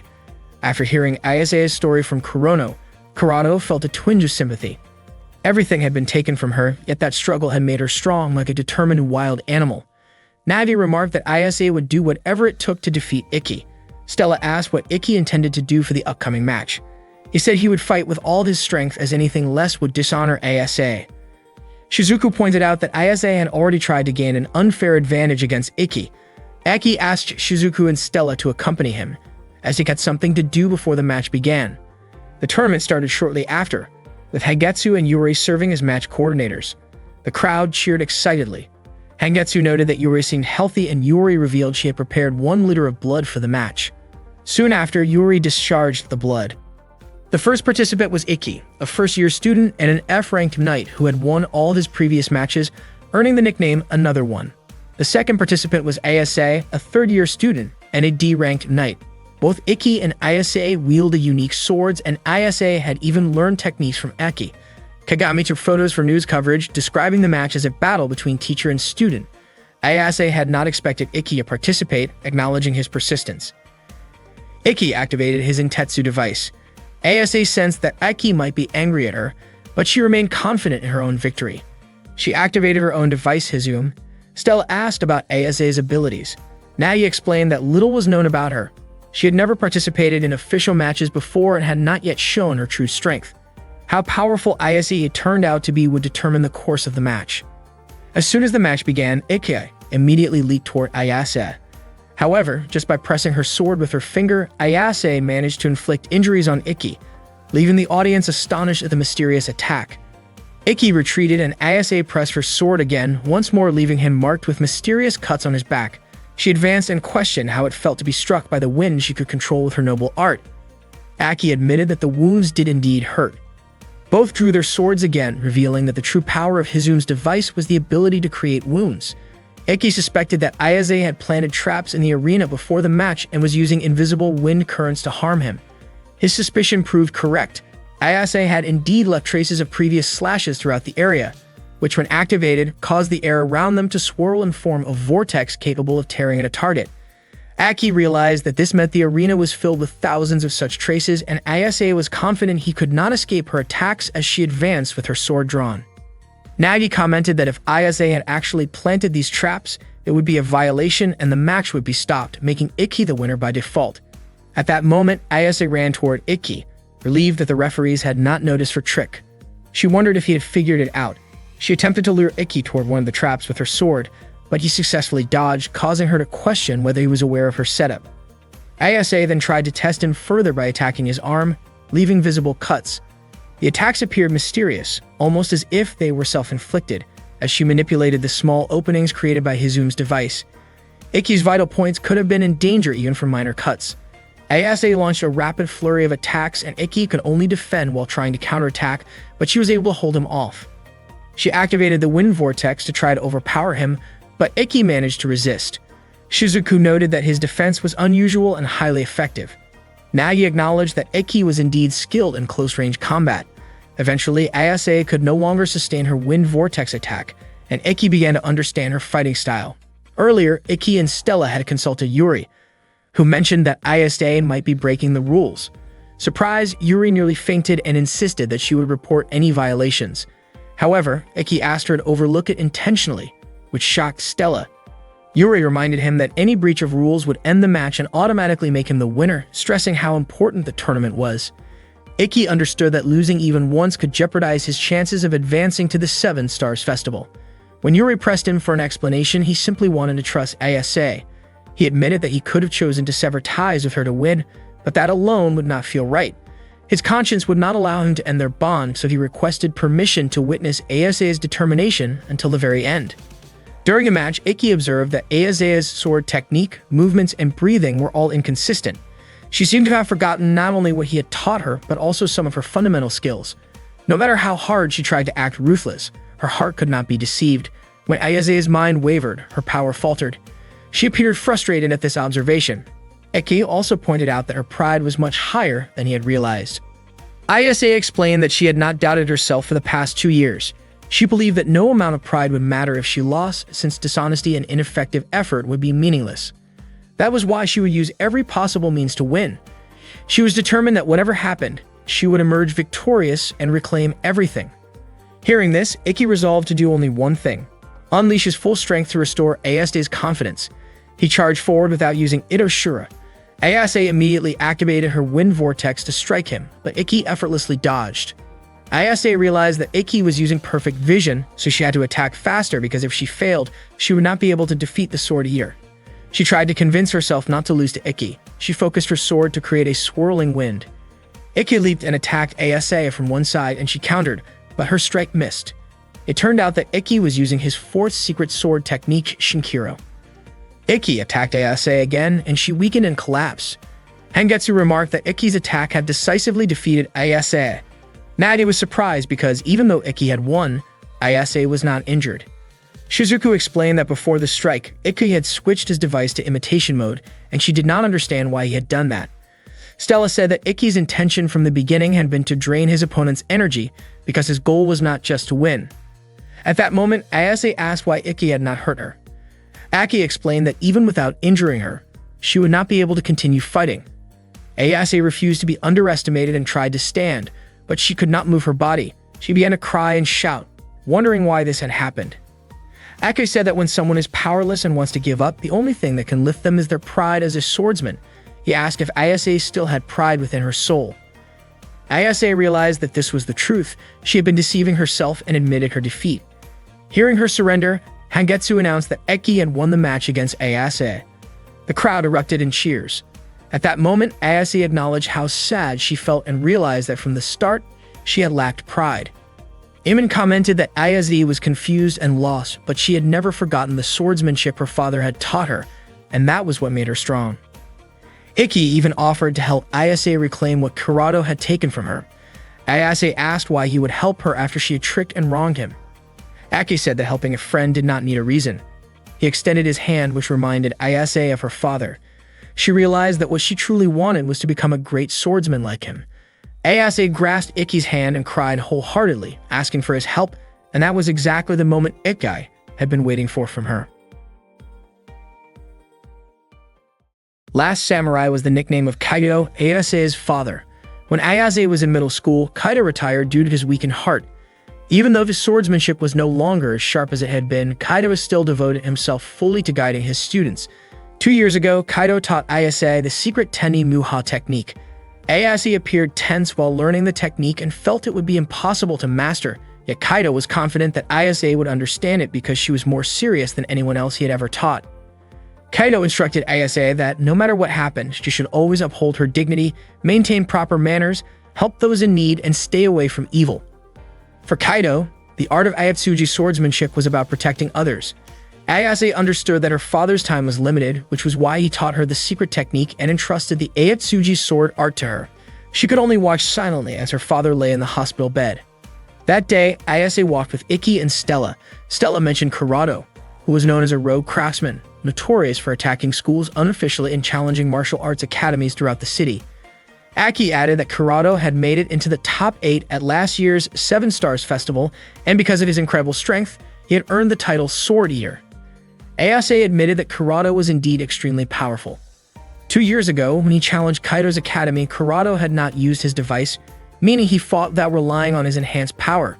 Even so, Kurado had defeated the last samurai. The battle between Kurado and Kaido felt like a nightmare to Ayase. At that time, Kurado and Kaido clashed swords, and Kurado's strikes caused Kaido to fall. Ayase and the students rushed to help him and urged him to stop fighting. Kaido expressed gratitude for their concern, but insisted he could not allow Kurado to harm them. Kaido advanced again to confront Kurado, but Kurado easily held him off. Kurado mocked the last samurai, claiming that fighting to protect others was futile, yet his own skills were limited. Kaido, fueled by emotion, continued attacking Kurado, only to be countered again. Ayase felt deep worry for her father. Kaido then used the ultimate technique of Ayatsuji swordsmanship. At that moment, Kurado nearly panicked, as the technique was close to defeating him. Unfortunately, Kaido's weakened physical condition made it easy for Kurado to overpower him. Kaido collapsed after being struck. Ayase ran to her father and embraced him. Kaido apologized before his body went limp. Following this, Kurado seized control of their academy, leaving Ayase furious. She wished she could have stopped Kurado herself, taking her father's place in the fight. To Ayase, the way Kurado wielded his sword showed neither honor nor beauty, but aggression and recklessness. Men like Kurado had defeated Kaido and tarnished the principles of Ayatsuji swordsmanship. Ikki, motivated by loyalty, resolved to defeat Kurado on his own for Kaido's sake. Ayase escorted Ikki and Stella to the academy that had been taken over by Kurado. They approached the gate, where Kurado's followers had gathered. Stella sarcastically referred to them as a group of clowns. Polite but firm, Ikki approached and requested to meet Kurado. Ikki met Kurado along with Ayase and Stella. Kurado recognized Ikki and immediately called him a coward. Without hesitation, Ikki challenged him to a duel, declaring that he represented Ayase in reclaiming the academy. Kurado had not expected Ikki to challenge him, and he noted how different Ikki's demeanor was compared to their encounter at the cafe. Kurado asked what Ayase had told Ikki. Ikki explained that students from the Night Academy were forbidden from using their devices outside the school environment unless they had permission from the owner of an accredited martial arts academy. Ikki was confident that Kurado would not refuse a duel. Kurado smiled, intrigued by the challenge, but wanted to see if Ikki was truly worthy as an opponent. Ikki displayed several student ID cards belonging to Kurado's followers, signaling that he had already defeated them all. Kurado activated his device Orochimaru while Ikki activated his Intetsu. Kurado charged at Ikki, striking quickly with his sword, while Ikki defended and dodged the attacks. Ikki attempted to strike Kurado's left side, but Kurado successfully blocked it. Ikki was puzzled as his timing had been fast, and he wondered if Kurado had predicted his moves. Kurado struck again, transforming his staff into a flail. Orochimaru had the ability to change shape to control the distance of his attacks. Ikki struggled to evade Kurado's flail attacks. Stella and Ayase observed the battle, with Stella noting that while Ikki could not attack an enemy outside his normal range, he was far from weak.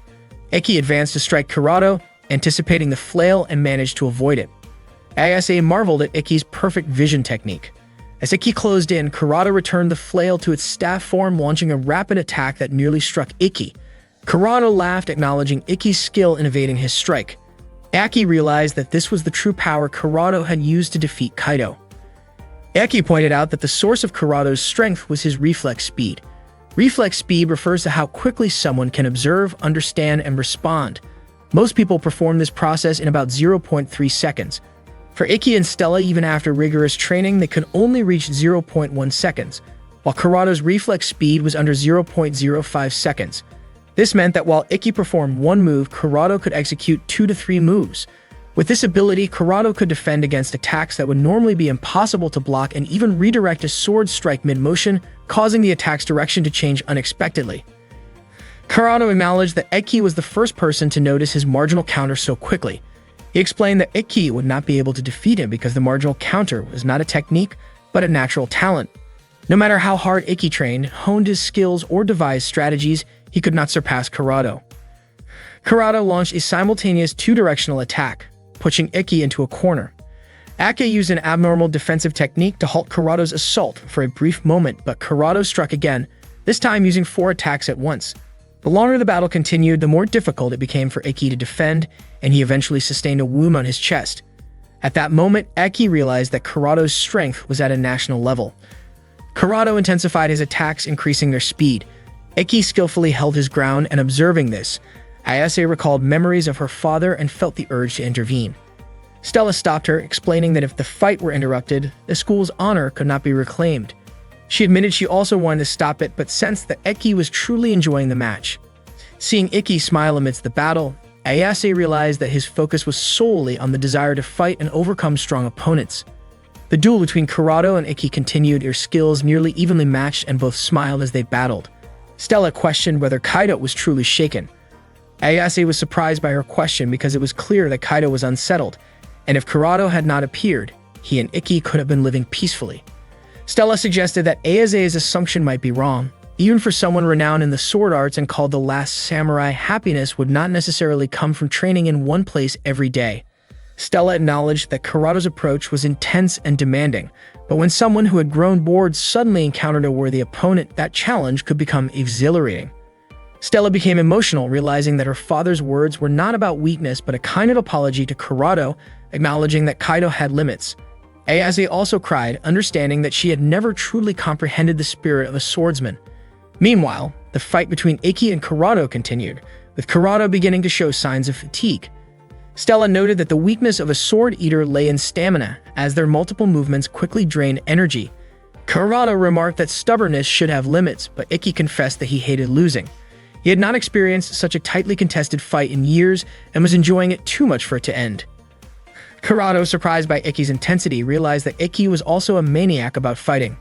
Ikki asked whether the great swordsmen they admired ever smiled like them during combat. Kurata dismissed Kaido, saying that he did not deserve to be called the last samurai because he was too weak to enjoy a high-stakes battle. Then Kurata struck Ikki with his staff. At that moment, Ikki told Ayase that he intended to restore what had been lost 2 years ago. Ikki exuded a fierce aura as he prepared to attack Kurata. Kurata activated his Yamada no Orochi, unleashing multiple flails aimed at Ikki from every direction. Undeterred, Ikki advanced, surprising Kurata, especially because his movements resembled techniques Kaido had once shown him. Ake ran forward, pointing his sword straight ahead, while Kurata eagerly anticipated the strike, thrilled to finally face a worthy opponent after 2 years. Their attacks collided and the battle eventually drew blood. Ayase was shocked to see Kurata injured by Ikki's sword. The technique Ake used was the secret final technique of Teni Muhao, the main method of the Ayatsuji sword style. Ayase could not understand how Ikki had learned it, speculating that it must have been from their earlier training.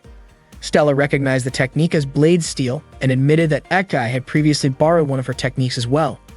After their fight ended, Kurata stood up and asked Ikki's name, expressing his interest in continuing their duel at the upcoming 7-Star Festival. Ikki wondered about the school grounds, but Kurata left the decision to them, saying he no longer needed to wait. After that, Kurata departed. Ikki's body began to weaken and Stella immediately supported him. Ayase apologized for involving Ikki in her personal troubles. She admitted that she knew nothing about her father or the life of the swordsman and realized that her own weakness made it impossible for her to continue the Ayatsuji sword techniques. Eki insisted that this was not true, explaining that the reason he could win was that Ayase remembered every movement of Kaido perfectly. Because of that, he was able to use the Tenimuha technique. He said that no one understood Kaido better than Ayase and that she was the rightful heir of the last samurai. Hearing this, Ayase thanked Ikki. She understood that she needed to grow stronger in order to become a worthy successor. Afterward, she returned to place her school's nameplate back on the front door. The next day, Stella and Ikki were sitting together on a park bench. Stella mentioned that she had heard about Ayase admitting her mistake to the tournament officials. As a result, Ayase was disqualified from the tournament and suspended for 10 days. Ayase did it because she wanted to take responsibility for her actions. Not long after, Ikki's phone rang. It was a message from Ayase, informing him that Kaido had awakened from his coma. Both Ikki and Stella were thrilled to hear the good news, and with that, Ayase's case was resolved. Stella praised Ikki and took his hand. Unexpectedly, Shizuku and Nagi appeared from behind the bench, startling both Ikki and Stella. Stella, looking a bit nervous, challenged Ikki to a thumb wrestling match. Nagi realized that their arrival seemed to interrupt Ikki and Stella's moment together. Shizuku was annoyed that she and Nagi had not been invited to watch the duel at the dojo. True to her teasing nature, Shizuku still found time to mock Stella with a nickname, calling her a troublesome hot kettle. As usual, Ikki could only smile at the banter between Stella and Shizuku. Ikki glanced at his hands, remembering Ayase praising them as resembling Kaido's hands. Meanwhile, Ayase was by her father's side, who had just woken from his coma. She felt immense joy in being able to hold her father's strong hand once again. The selection tournament was nearing its climax, and the matches were reaching a peak of intensity. The most attention-grabbing participant was Ikki, previously known as the Worst One, who had now transformed into another one. Ikki had achieved 12 consecutive decisive victories. One day, Ikki and Stella took a bus together during a break granted by Kurono. Earlier, Kurata had called them over and explained that Ikki and Stella were first-year students with great potential, so Kurono had invited them to attend the Academy's training camp in Okutama. Kurono asked them to train diligently. Stella was delighted because she and Ikki had never spent time alone like this before. She guessed that this might be what Japanese people referred to as a pre-marriage picnic. They enjoyed the view of a waterfall visible from the bus window. Stella wanted to see the waterfall up close and asked Ikki to accompany her later. Meanwhile, Shizuku was at the station with Nagi. He noticed that Shizuku kept sighing and sensed that she was in a bad mood. Shizuku explained that ever since she had failed to prevent Ikki and Stella from leaving, her spirits had been low. She admitted that if Nagi had come along, she might have felt a little relieved. Nagi apologized, explaining that he had his own plans. Shizuku understood. As the train arrived, she stepped into the carriage. Before it departed, Nagi mentioned that he did not think Ikki and Stella's trip was for romantic purposes, unlike a private picnic. After getting off the bus, Stella and Ikki began walking. Stella sneezed several times due to the cold, and Ikki offered her his jacket. Stella's face turned red as she shyly noted that they already looked like a couple. She leaned in as if to kiss Ikki, but he stopped her, pointing out that members of the student council were nearby, including Renren, Kanata, Utakata, and Ikazuchi. Later, Stella and Renren played badminton. Stella served the shuttlecock sharply, but Renren jumped and smashed it back with force. Stella acknowledged that Renren was quite skilled, and the two continued their match using their abilities. Ikki and the others watched, with Ikki commenting that what Stella and Renren were doing did not resemble regular badminton. For Ikazuchi, the most important thing was that they were spared from playing with Renren, while Utakata remarked that competing with a sports enthusiast like Renren was exhausting. Kurata explained that their visit was not merely for fun, but to complete student council duties. Akai had not yet learned what his task would be. Their assignment was to clean the training grounds, as Kanata mentioned that next month the student representatives would hold a camp there, so the grounds needed preparation. Stella was surprised that the student council's work could be so demanding. Renren enthusiastically cleaned the floors, while Kanata used an umbrella to shield herself from the splashing water. Utakata and Ikki worked together to wipe the windows. Utakata felt pleased because she could rely on Ikki and Stella. She also mentioned that Thoka, the student council president, was eager to see Ikki and Stella, although it seemed she was running late. Kanata urged Utakata not to assume the worst, explaining that Thoka had been delayed by important matters. Stella, however, looked unhappy as she had expected the trip to be just for her and Ikki. Back at home, Shizuku wanted some alone time in her room. Her cat approached her, and she stroked it. Meanwhile, Stella mentioned that she and Ikki wanted to see the waterfall up close. Renren teased them, asking if they were going alone together, making Stella blush. Ikki asked if the cleaning task had been completed, and Ikazuchi noted that it would take an hour to reach the waterfall, so they should depart before nightfall. Ake invited Stella to come along, though she seemed nervous and shy. Renren cheered them on. Ikki and Stella traversed a rugged path, which Ikki referred to as training. Stella paused for a moment, appearing exhausted. Eke guessed it was because she had only eaten 2 portions for breakfast that morning, compared to her usual 7, but Stella denied this. Eke suggested returning to the camp, but Stella declined, wanting to spend time alone with him. For her, the rough terrain was not an obstacle, so they continued their journey. Meanwhile, Shizuku gazed at a small photo of Ikki, who looked especially adorable. Suddenly, someone knocked on her door. The maid informed her that Shizuku's father wanted to speak with her. Night fell and Ikki and Stella were still on their way to the waterfall. Stella began to feel unwell, complaining of a headache and general fatigue. Ikki assured her that there was nothing to worry about. Stella explained that her symptoms felt unusual, but Ikki thought it was just a case of catching a cold. Stella had never experienced a cold like this before, and her body felt heavy and difficult to move. Ikki suggested they return to the camp. Stella apologized for having traveled so far. Ikki supported her as they walked, but a heavy rain began to fall. Someone observed them from a tree above. Ikki brought Stella to a nearby cabin, where they lit a fire to warm themselves. Aka checked Stella's temperature by bringing his face close to hers, and noted that her body was very hot. He advised her to remove her wet clothing to avoid further chills. Ikki was even willing to help Stella undress so she would feel more comfortable. He started taking off his clothes first, and Stella smiled at him, remembering the first time they had met when Ikki had unexpectedly acted the same way. Stella did not mind his actions because he had been the first person to see her in a vulnerable state. She lay down and began removing her own layers one by one while Ikki watched carefully. Stella's weakened condition made it difficult for her to handle everything on her own. Seeing this, Ikki offered to help, and Stella allowed him. Ikki carefully assisted her with her stockings and encouraged himself to stay calm so as not to make Stella feel embarrassed. He successfully removed her stockings from both legs and then helped unbutton her top, feeling nervous but determined to remain composed. Once their clothes were removed, they were neatly lined up to dry. Aki felt relieved that he had managed to help without causing her discomfort. Unexpectedly, Stella mentioned that she was feeling a little short of breath and asked Ikki to help with the clasp of her bra. Ikki blushed but bravely helped her adjust it safely. As soon as it was done, he immediately covered her with a blanket. Stella thanked him, explaining that it helped her breathe more easily. She apologized for causing him extra trouble, but Ikki reassured her that it was perfectly normal since she was unwell. Stella noticed Ikki seemed a bit embarrassed and reassured him with a smile, understanding that he sometimes got flustered in these situations. Ikki laughed and admitted that occasionally people lose composure in delicate moments, telling Stella not to worry about it. He apologized again, but Stella said she did not mind at all and was actually glad to see that he cared for her. Aki admitted that he did care deeply about her, and Stella appreciated his honesty. She asked if he wanted to express his feelings more openly, which surprised him. He realized she might have misunderstood his intentions and apologized, explaining that he wanted to express his feelings proudly but was concerned about taking things too far too quickly in front of their families. Stella understood, seeing that his restraint showed he was serious about her, and she sincerely appreciated his consideration. Not long after, Ikki's phone rang. He'd assumed it was the student council calling because they were worried about him. He picked up and informed them of his location. Meanwhile, Stella lay down on the floor, realizing that she might have been acting a bit mischievously. At that moment, someone who had been following Stella and Ikki reported their location to their supervisor. Shizuku approached her father in his study. Her father, Kurage Natsuki, greeted her, but Shizuku immediately asked him to get straight to the point as she did not want to engage in small talk. She had come home because she had received a letter from her mother.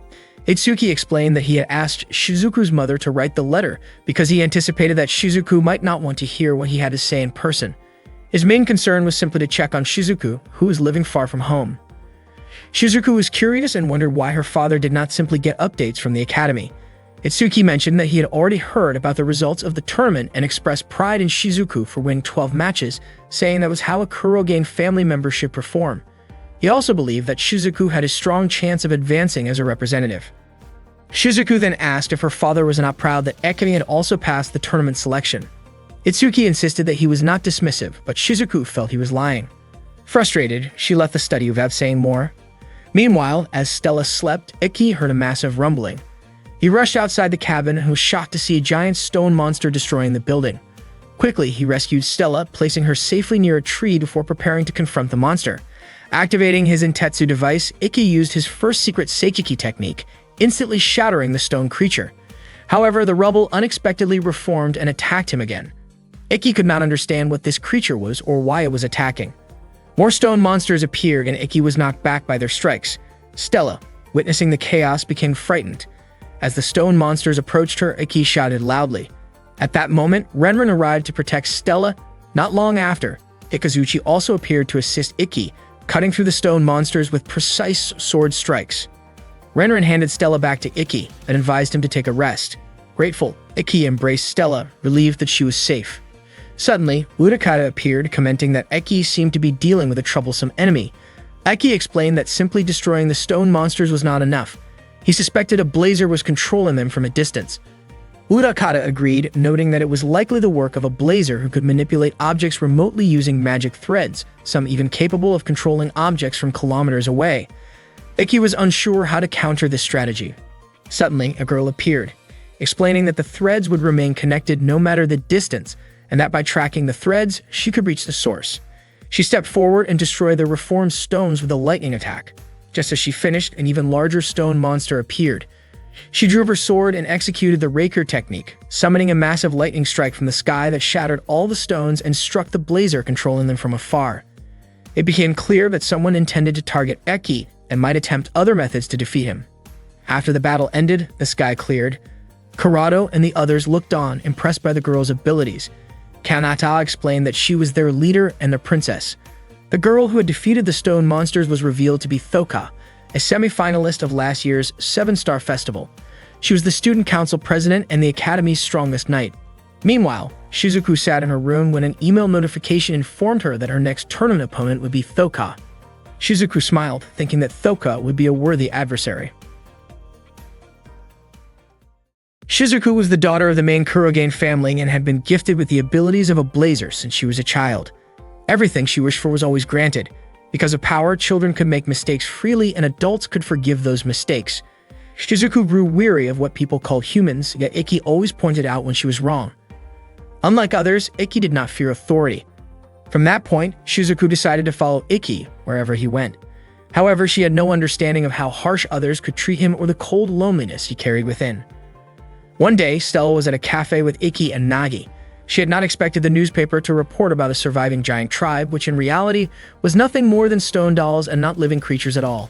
At that time, no one knew who was behind these stone dolls. Ikki mentioned that the student council was still investigating the matter. Nagi asked what Thoka, the student council president, was like. Ikki had not had much chance to talk to Thoka, but he realized that she was indeed as strong as people said. For the next match, Thoka would face Shizuku. Because of this, Shizuku began preparing by sparring with a top-level student who could control electricity. She even told Nagi not to come along so that he would not distract her. According to Stella, electricity would be a challenging opponent for Shizuku, who controlled water. However, Nagi believed that this would not be a problem for Shizuku because of her high level of magical control. Shizuku could even produce ultra-pure water, free of any impurities or conductive elements, which meant electricity would not be able to penetrate it. Stella felt relieved knowing that Shizuku still had a chance to win. Ikki wanted Shizuku to succeed, but he was also worried about her. He did not want her to push herself too hard, and what mattered most to him was Shizuku's well-being. When they returned to the dorm, Stella approached Shizuku in the bathroom to ask if she was feeling nervous. Shizuku admitted that she was very anxious because the level of her opponent was higher than before, but she was confident that her nervousness would not affect the match. Stella also told Shizuku that Ikki was worried about her and advised her not to overexert herself. Shizuku was surprised to hear this and Stella quickly left the bathroom. Not long after, Nagi appeared and remarked that Stella still seemed a bit awkward around Shizuku. After finishing her bath, Shizuku went out with Nagi. He told her about how both Ikki and Stella were concerned because they had witnessed the power of Reikiri firsthand. Shizuku reflected that if Stella had been facing Thoka instead, Ikki would not have worried since they always fought together and trusted each other. She realized that she was not yet strong enough for Ikki to fully acknowledge her, so she needed to grow stronger. Shizuku revealed that Ikki had run away from home after being rejected by the Kurogen family. It was then that she understood the bitter and harsh reality hidden behind his smile. Determined to give all her affection to Ikki, she vowed to become stronger, believing that if she failed, she could not protect him and he would once again face loneliness. Nagi was amazed at how kind Shizuku was. Shizuku thought to herself that she needed to be as strong as Stella to reach the top in the 7-star festival selection. In the next day's match, she intended to prove herself by defeating Thoka and earning Ikki's recognition. The next day, the most anticipated match finally arrived. The first participant was Ikki's younger sister, who had ranked second in the year's entrance exam, just below the Red Queen. Up to that point, Shizuku had already won 12 matches, earning the nickname Deep Sea Sorcerer. Next up was Thoka, a top-ranking student known for her nearly unavoidable speed and unmatched precision. She had also been a semi-finalist in last year's 7-star festival. The match was hosted by Mikazuki, with Nene providing commentary. Shizuku realized that the level difference between her and Thoka was significant, and she remained optimistic about winning. Shizuku activated her device Yoi Shiger, while Thoka activated hers Narukami. Ikki and the others watched closely, anticipating the duel. Shizuku reflected on the strength of her feelings for Ikki over the past 5 years, determined to surpass her limits to earn his recognition. When the match began, both stood still. It seemed they were waiting for the other to make the first move. Both were exceptionally strong, worthy of the festival, meaning a single mistake could determine the outcome. Aki believed that Shizuku did not move first because she knew Thoka had a deadly short-range sword technique called Raikiri. Thoka had never lost when using Raikiri. Once drawn, her sword could defeat opponents instantly, making it her ultimate technique. Stella wondered if Thoka had a weakness given that she had lost during the 7-star festival last year. Ake explained that the only person who defeated Thoka was a blazer who used a spear and fought from outside Raikiri's range. This showed that even the festival champion feared Raikiri. No one had managed to counter her short-range attack, and anyone within that range would be struck as quickly as lightning. Shizuku was already aware of this. According to Ikki, Shizuku would likely focus on defense since her strength lay in long-range magic, avoiding the risks of close combat. After a brief moment of silence, Shizuku froze the arena and launched an attack on Thoka using her Shiruden technique. At that moment, Thoka dodged skillfully and immediately counterattacked with speed and precision. Shizuku had anticipated this and quickly activated her Showa to protect herself. Thoka leaped into the air and continuously struck the water wall with her lightning attacks. To maintain the Showa Shizuku had to keep generating ultra-clear water constantly. The difference in their speed became evident. Shizuku halted Thoka by freezing the water near her and then attacked with a massive ice wall. The students were thoroughly enjoying the match. According to Nagi, Thoka was a quick thinker, while Shizuku was more calculated. During brief pauses, Shizuku managed to stop her opponent and launch large-scale ice strikes.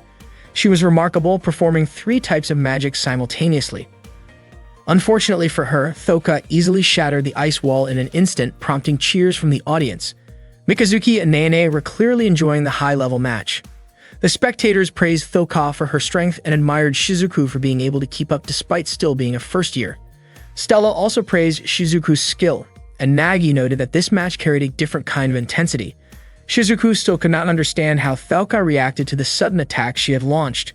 She wasn't sure if Thoka knew exactly how her magic worked, especially since overhead attacks usually target blind spots, yet Thoka seemed to perceive what others could not. Urakata admitted that if Shizuku could match Thoka, it was impressive. She had not expected first-year students, besides Ikki and Stella, to be so skilled. Shizuku was an unexpected talent. Kurado also could not believe that Shizuku was holding her own against Thoka to such an extent. Urakata noted that Thoka and Shizuku were evenly matched, but only in long-range combat. Sure enough, Thoka approached Shizuku and struck her quickly. Shizuku was sent flying backward, and Thoka immediately followed up with another lightning strike. Shizuku struggled to defend herself, surprised by what had just happened. Mikazuki was also startled, seeing Shizuku almost fail to block the attack and guessed that perhaps Shizuku had momentarily spaced out. Shizuku, however, was certain she had not looked away for a second. She wondered if her reflexes had slowed. She realized that the previous attack had been genuinely dangerous and she could not afford to lose focus. In a flash, Thoka's lightning struck Shizuku, causing her body to disperse into water. But suddenly, she reformed behind Thoka. Her arm had been injured in the process.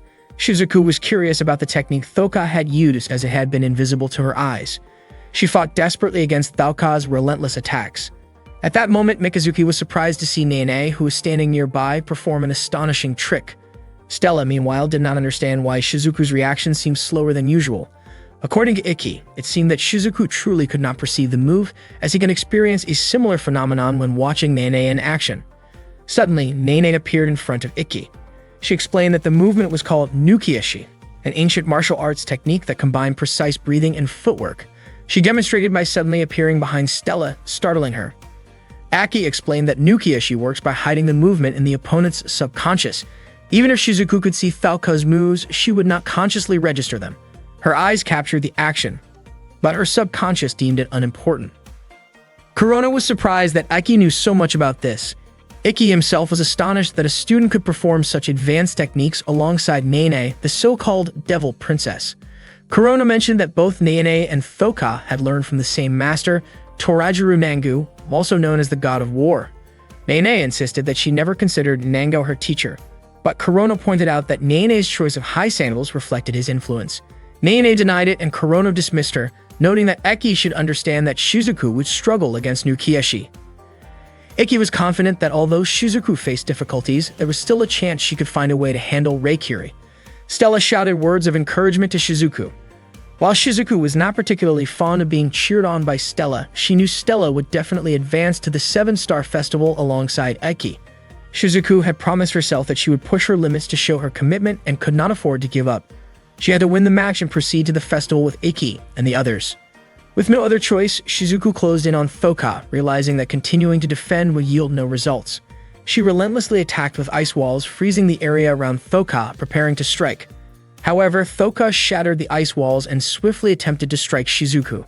Yet Shizuku multiplied her form, overwhelming Thoka with her multiple copies. The battlefield was shrouded in mist. Shizuku was certain that within this magical fog, only its creator could move freely.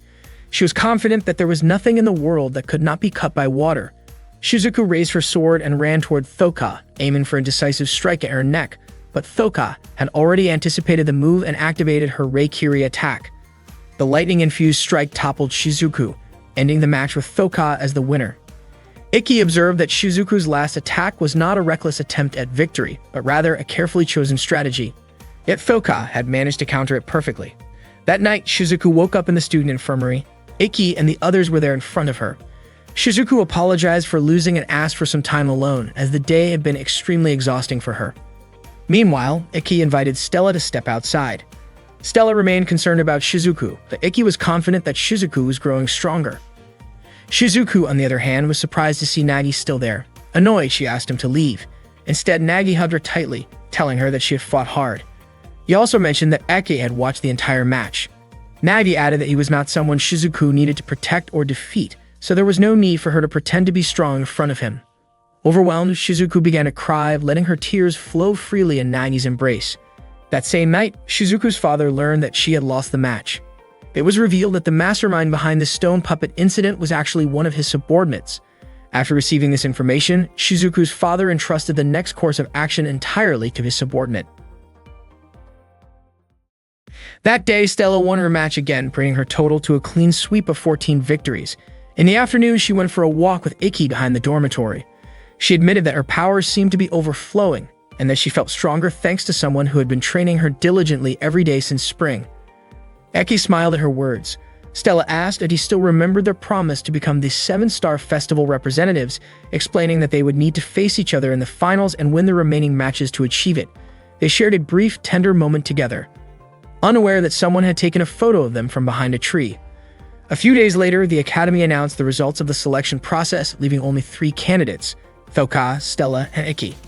That day, Ikki visited Kurono in her office. Kurono asked him if he recognized Mamoru, also known as the Sly Old Fox from the International Magic Knights Federation. Aki admitted that he had seen Mamoru a few times while still living at home, and that Mamoru was part of the Kurogen family branch who had once worked for Ikki's father in Turkey.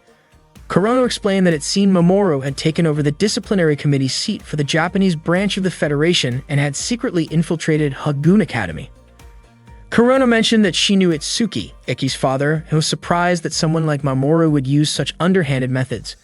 That guy thought Mamoru was acting on his own agenda because he had always harbored a grudge against him. Though concerned that his presence might cause problems for the Academy, Ikki felt reassured when Kurono promised to always protect her students. He thanked her sincerely. Afterwards, Ikki and Stella were summoned by the student council. Stella asked if he knew why they were being called, but Ikki admitted that he did not. Upon opening the door to the student council room, they saw Thoka sprawled on the floor, having tripped over scattered comics and dumbbells. She scolded Renren for not putting the dumbbells back after use. Thoka then greeted Ikki and Stella, causing Ikki to smile shyly. Stella reminded Thoka that her skirt had ridden up, prompting her to quickly fix it while blushing. Much to Renren's amusement, Utakata jokingly suggested that Thoka had done it on purpose, which earned her a stern look for speaking so freely. Stella realized that Thoka was very different from what she had imagined, and Ikki noted how easily Thoka got along with others. That day, Ikki and Stella joined the student council on a visit to the Tokubara Foundation. The children there were delighted to see Thoka, whom they had dearly missed. Utakata explained to Ikki that both she and Thoka had come from similar foundations in Fukuoka, and that during free time they often visited these places to meet the children. Suddenly, a small child mentioned that he had seen Stella on television. The children recognized Stella as a foreign visitor and eagerly invited her to play with them. Stella kindly accepted their invitation. Utakata had intentionally brought Ikki and Stella to cheer up the children. Stella, Renren, and Ikazuchi played with the kids while Ikki, Thoka, and Utakata cooked together. Ikki thanked Thoka for saving both him and Stella during an earlier incident in Okutama, and for displaying impressive skill when facing his younger sister. Utakata mentioned that Ikki's sister was incredibly strong, to the point that she had made Thoka remove her glasses. Thoka asked if Ikki had noticed this, and he speculated that her noble art would become more precise when her vision was impaired. Thoka acknowledged that Ikki was perceptive. Humans are living machines of precision, with all actions controlled by weak electrical signals in the brain. As a lightning user, Thoka could sense these signals. Her noble art, reverse sight, allowed her to read the flow of these signals, effectively giving her the ability to anticipate her opponent's thoughts and movements. Ikki realized that with this ability, Thoka could detect traps and surprise attacks, even from Shizuku. After chopping the ingredients, Thoka asked Ikki and Utakata to rest, offering to do the cooking herself. Ikki found himself staring at her, prompting Utakata to ask what was wrong. Ikki admitted that he could not look away from Thoka, but he did not understand why. Utakata explained that he was drawn to the source of Thoka's strength, her true self. She recounted how the foundation where she and Thoka had grown up was filled with children facing difficult circumstances, creating an environment that was far from healthy. One child, nearly harmed by his parents, had become hardened and cruel, but was never ignored by Thoka. Thanks to her, he rediscovered his humanity. Thoka had also mentioned that before arriving at the foundation, she had received abundant love and smiles from her parents. Even though they were no longer alive, those memories continued to guide her. This motivated her to make others smile and give them the encouragement they needed. Through her words and actions, Thoka gave courage to the children at the foundation, showing that despite their unfortunate beginnings, they could grow into remarkable individuals. Her commitment and actions reflected her determination to bring hope and smiles to everyone she met, continuing her legacy as Raikiri. After Thoka finished cooking, she invited the children to eat together. She was very attentive to them, always smiling warmly. Ikki noticed that Thoka's strength seemed to come from the way she showed her abilities to others, which appeared to be the source of her power. After visiting the social foundation, Ikki and Stella headed home by bus. Ikki found himself wondering about the source of his own strength. When they arrived at the dormitory, Shizuku, Nagi, and Kagami suddenly ran up to them. They showed a newspaper featuring an article about Ikki and Stella. The headline referred to Stella as the Red Princess playing with forbidden fire. The news caused quite a stir because Stella was already somewhat of a celebrity. When Stella read the article, she realized that it even falsely claimed that her partner was Ikki, labeled as the weakest student at Hagoon Academy, and that his behavior supposedly caused trouble for the Knights Federation. Stella could not accept these lies. Suddenly, a car drove up and stopped in front of them. Mamoru stepped out wearing a sly smile. Shizuku informed Nagi that Mamoru worked under his father. Mamoru told Ikki that he would be conducting an investigation into the case and requested that Ikki accompany him, explaining that this was an official decision by the Federation's disciplinary committee.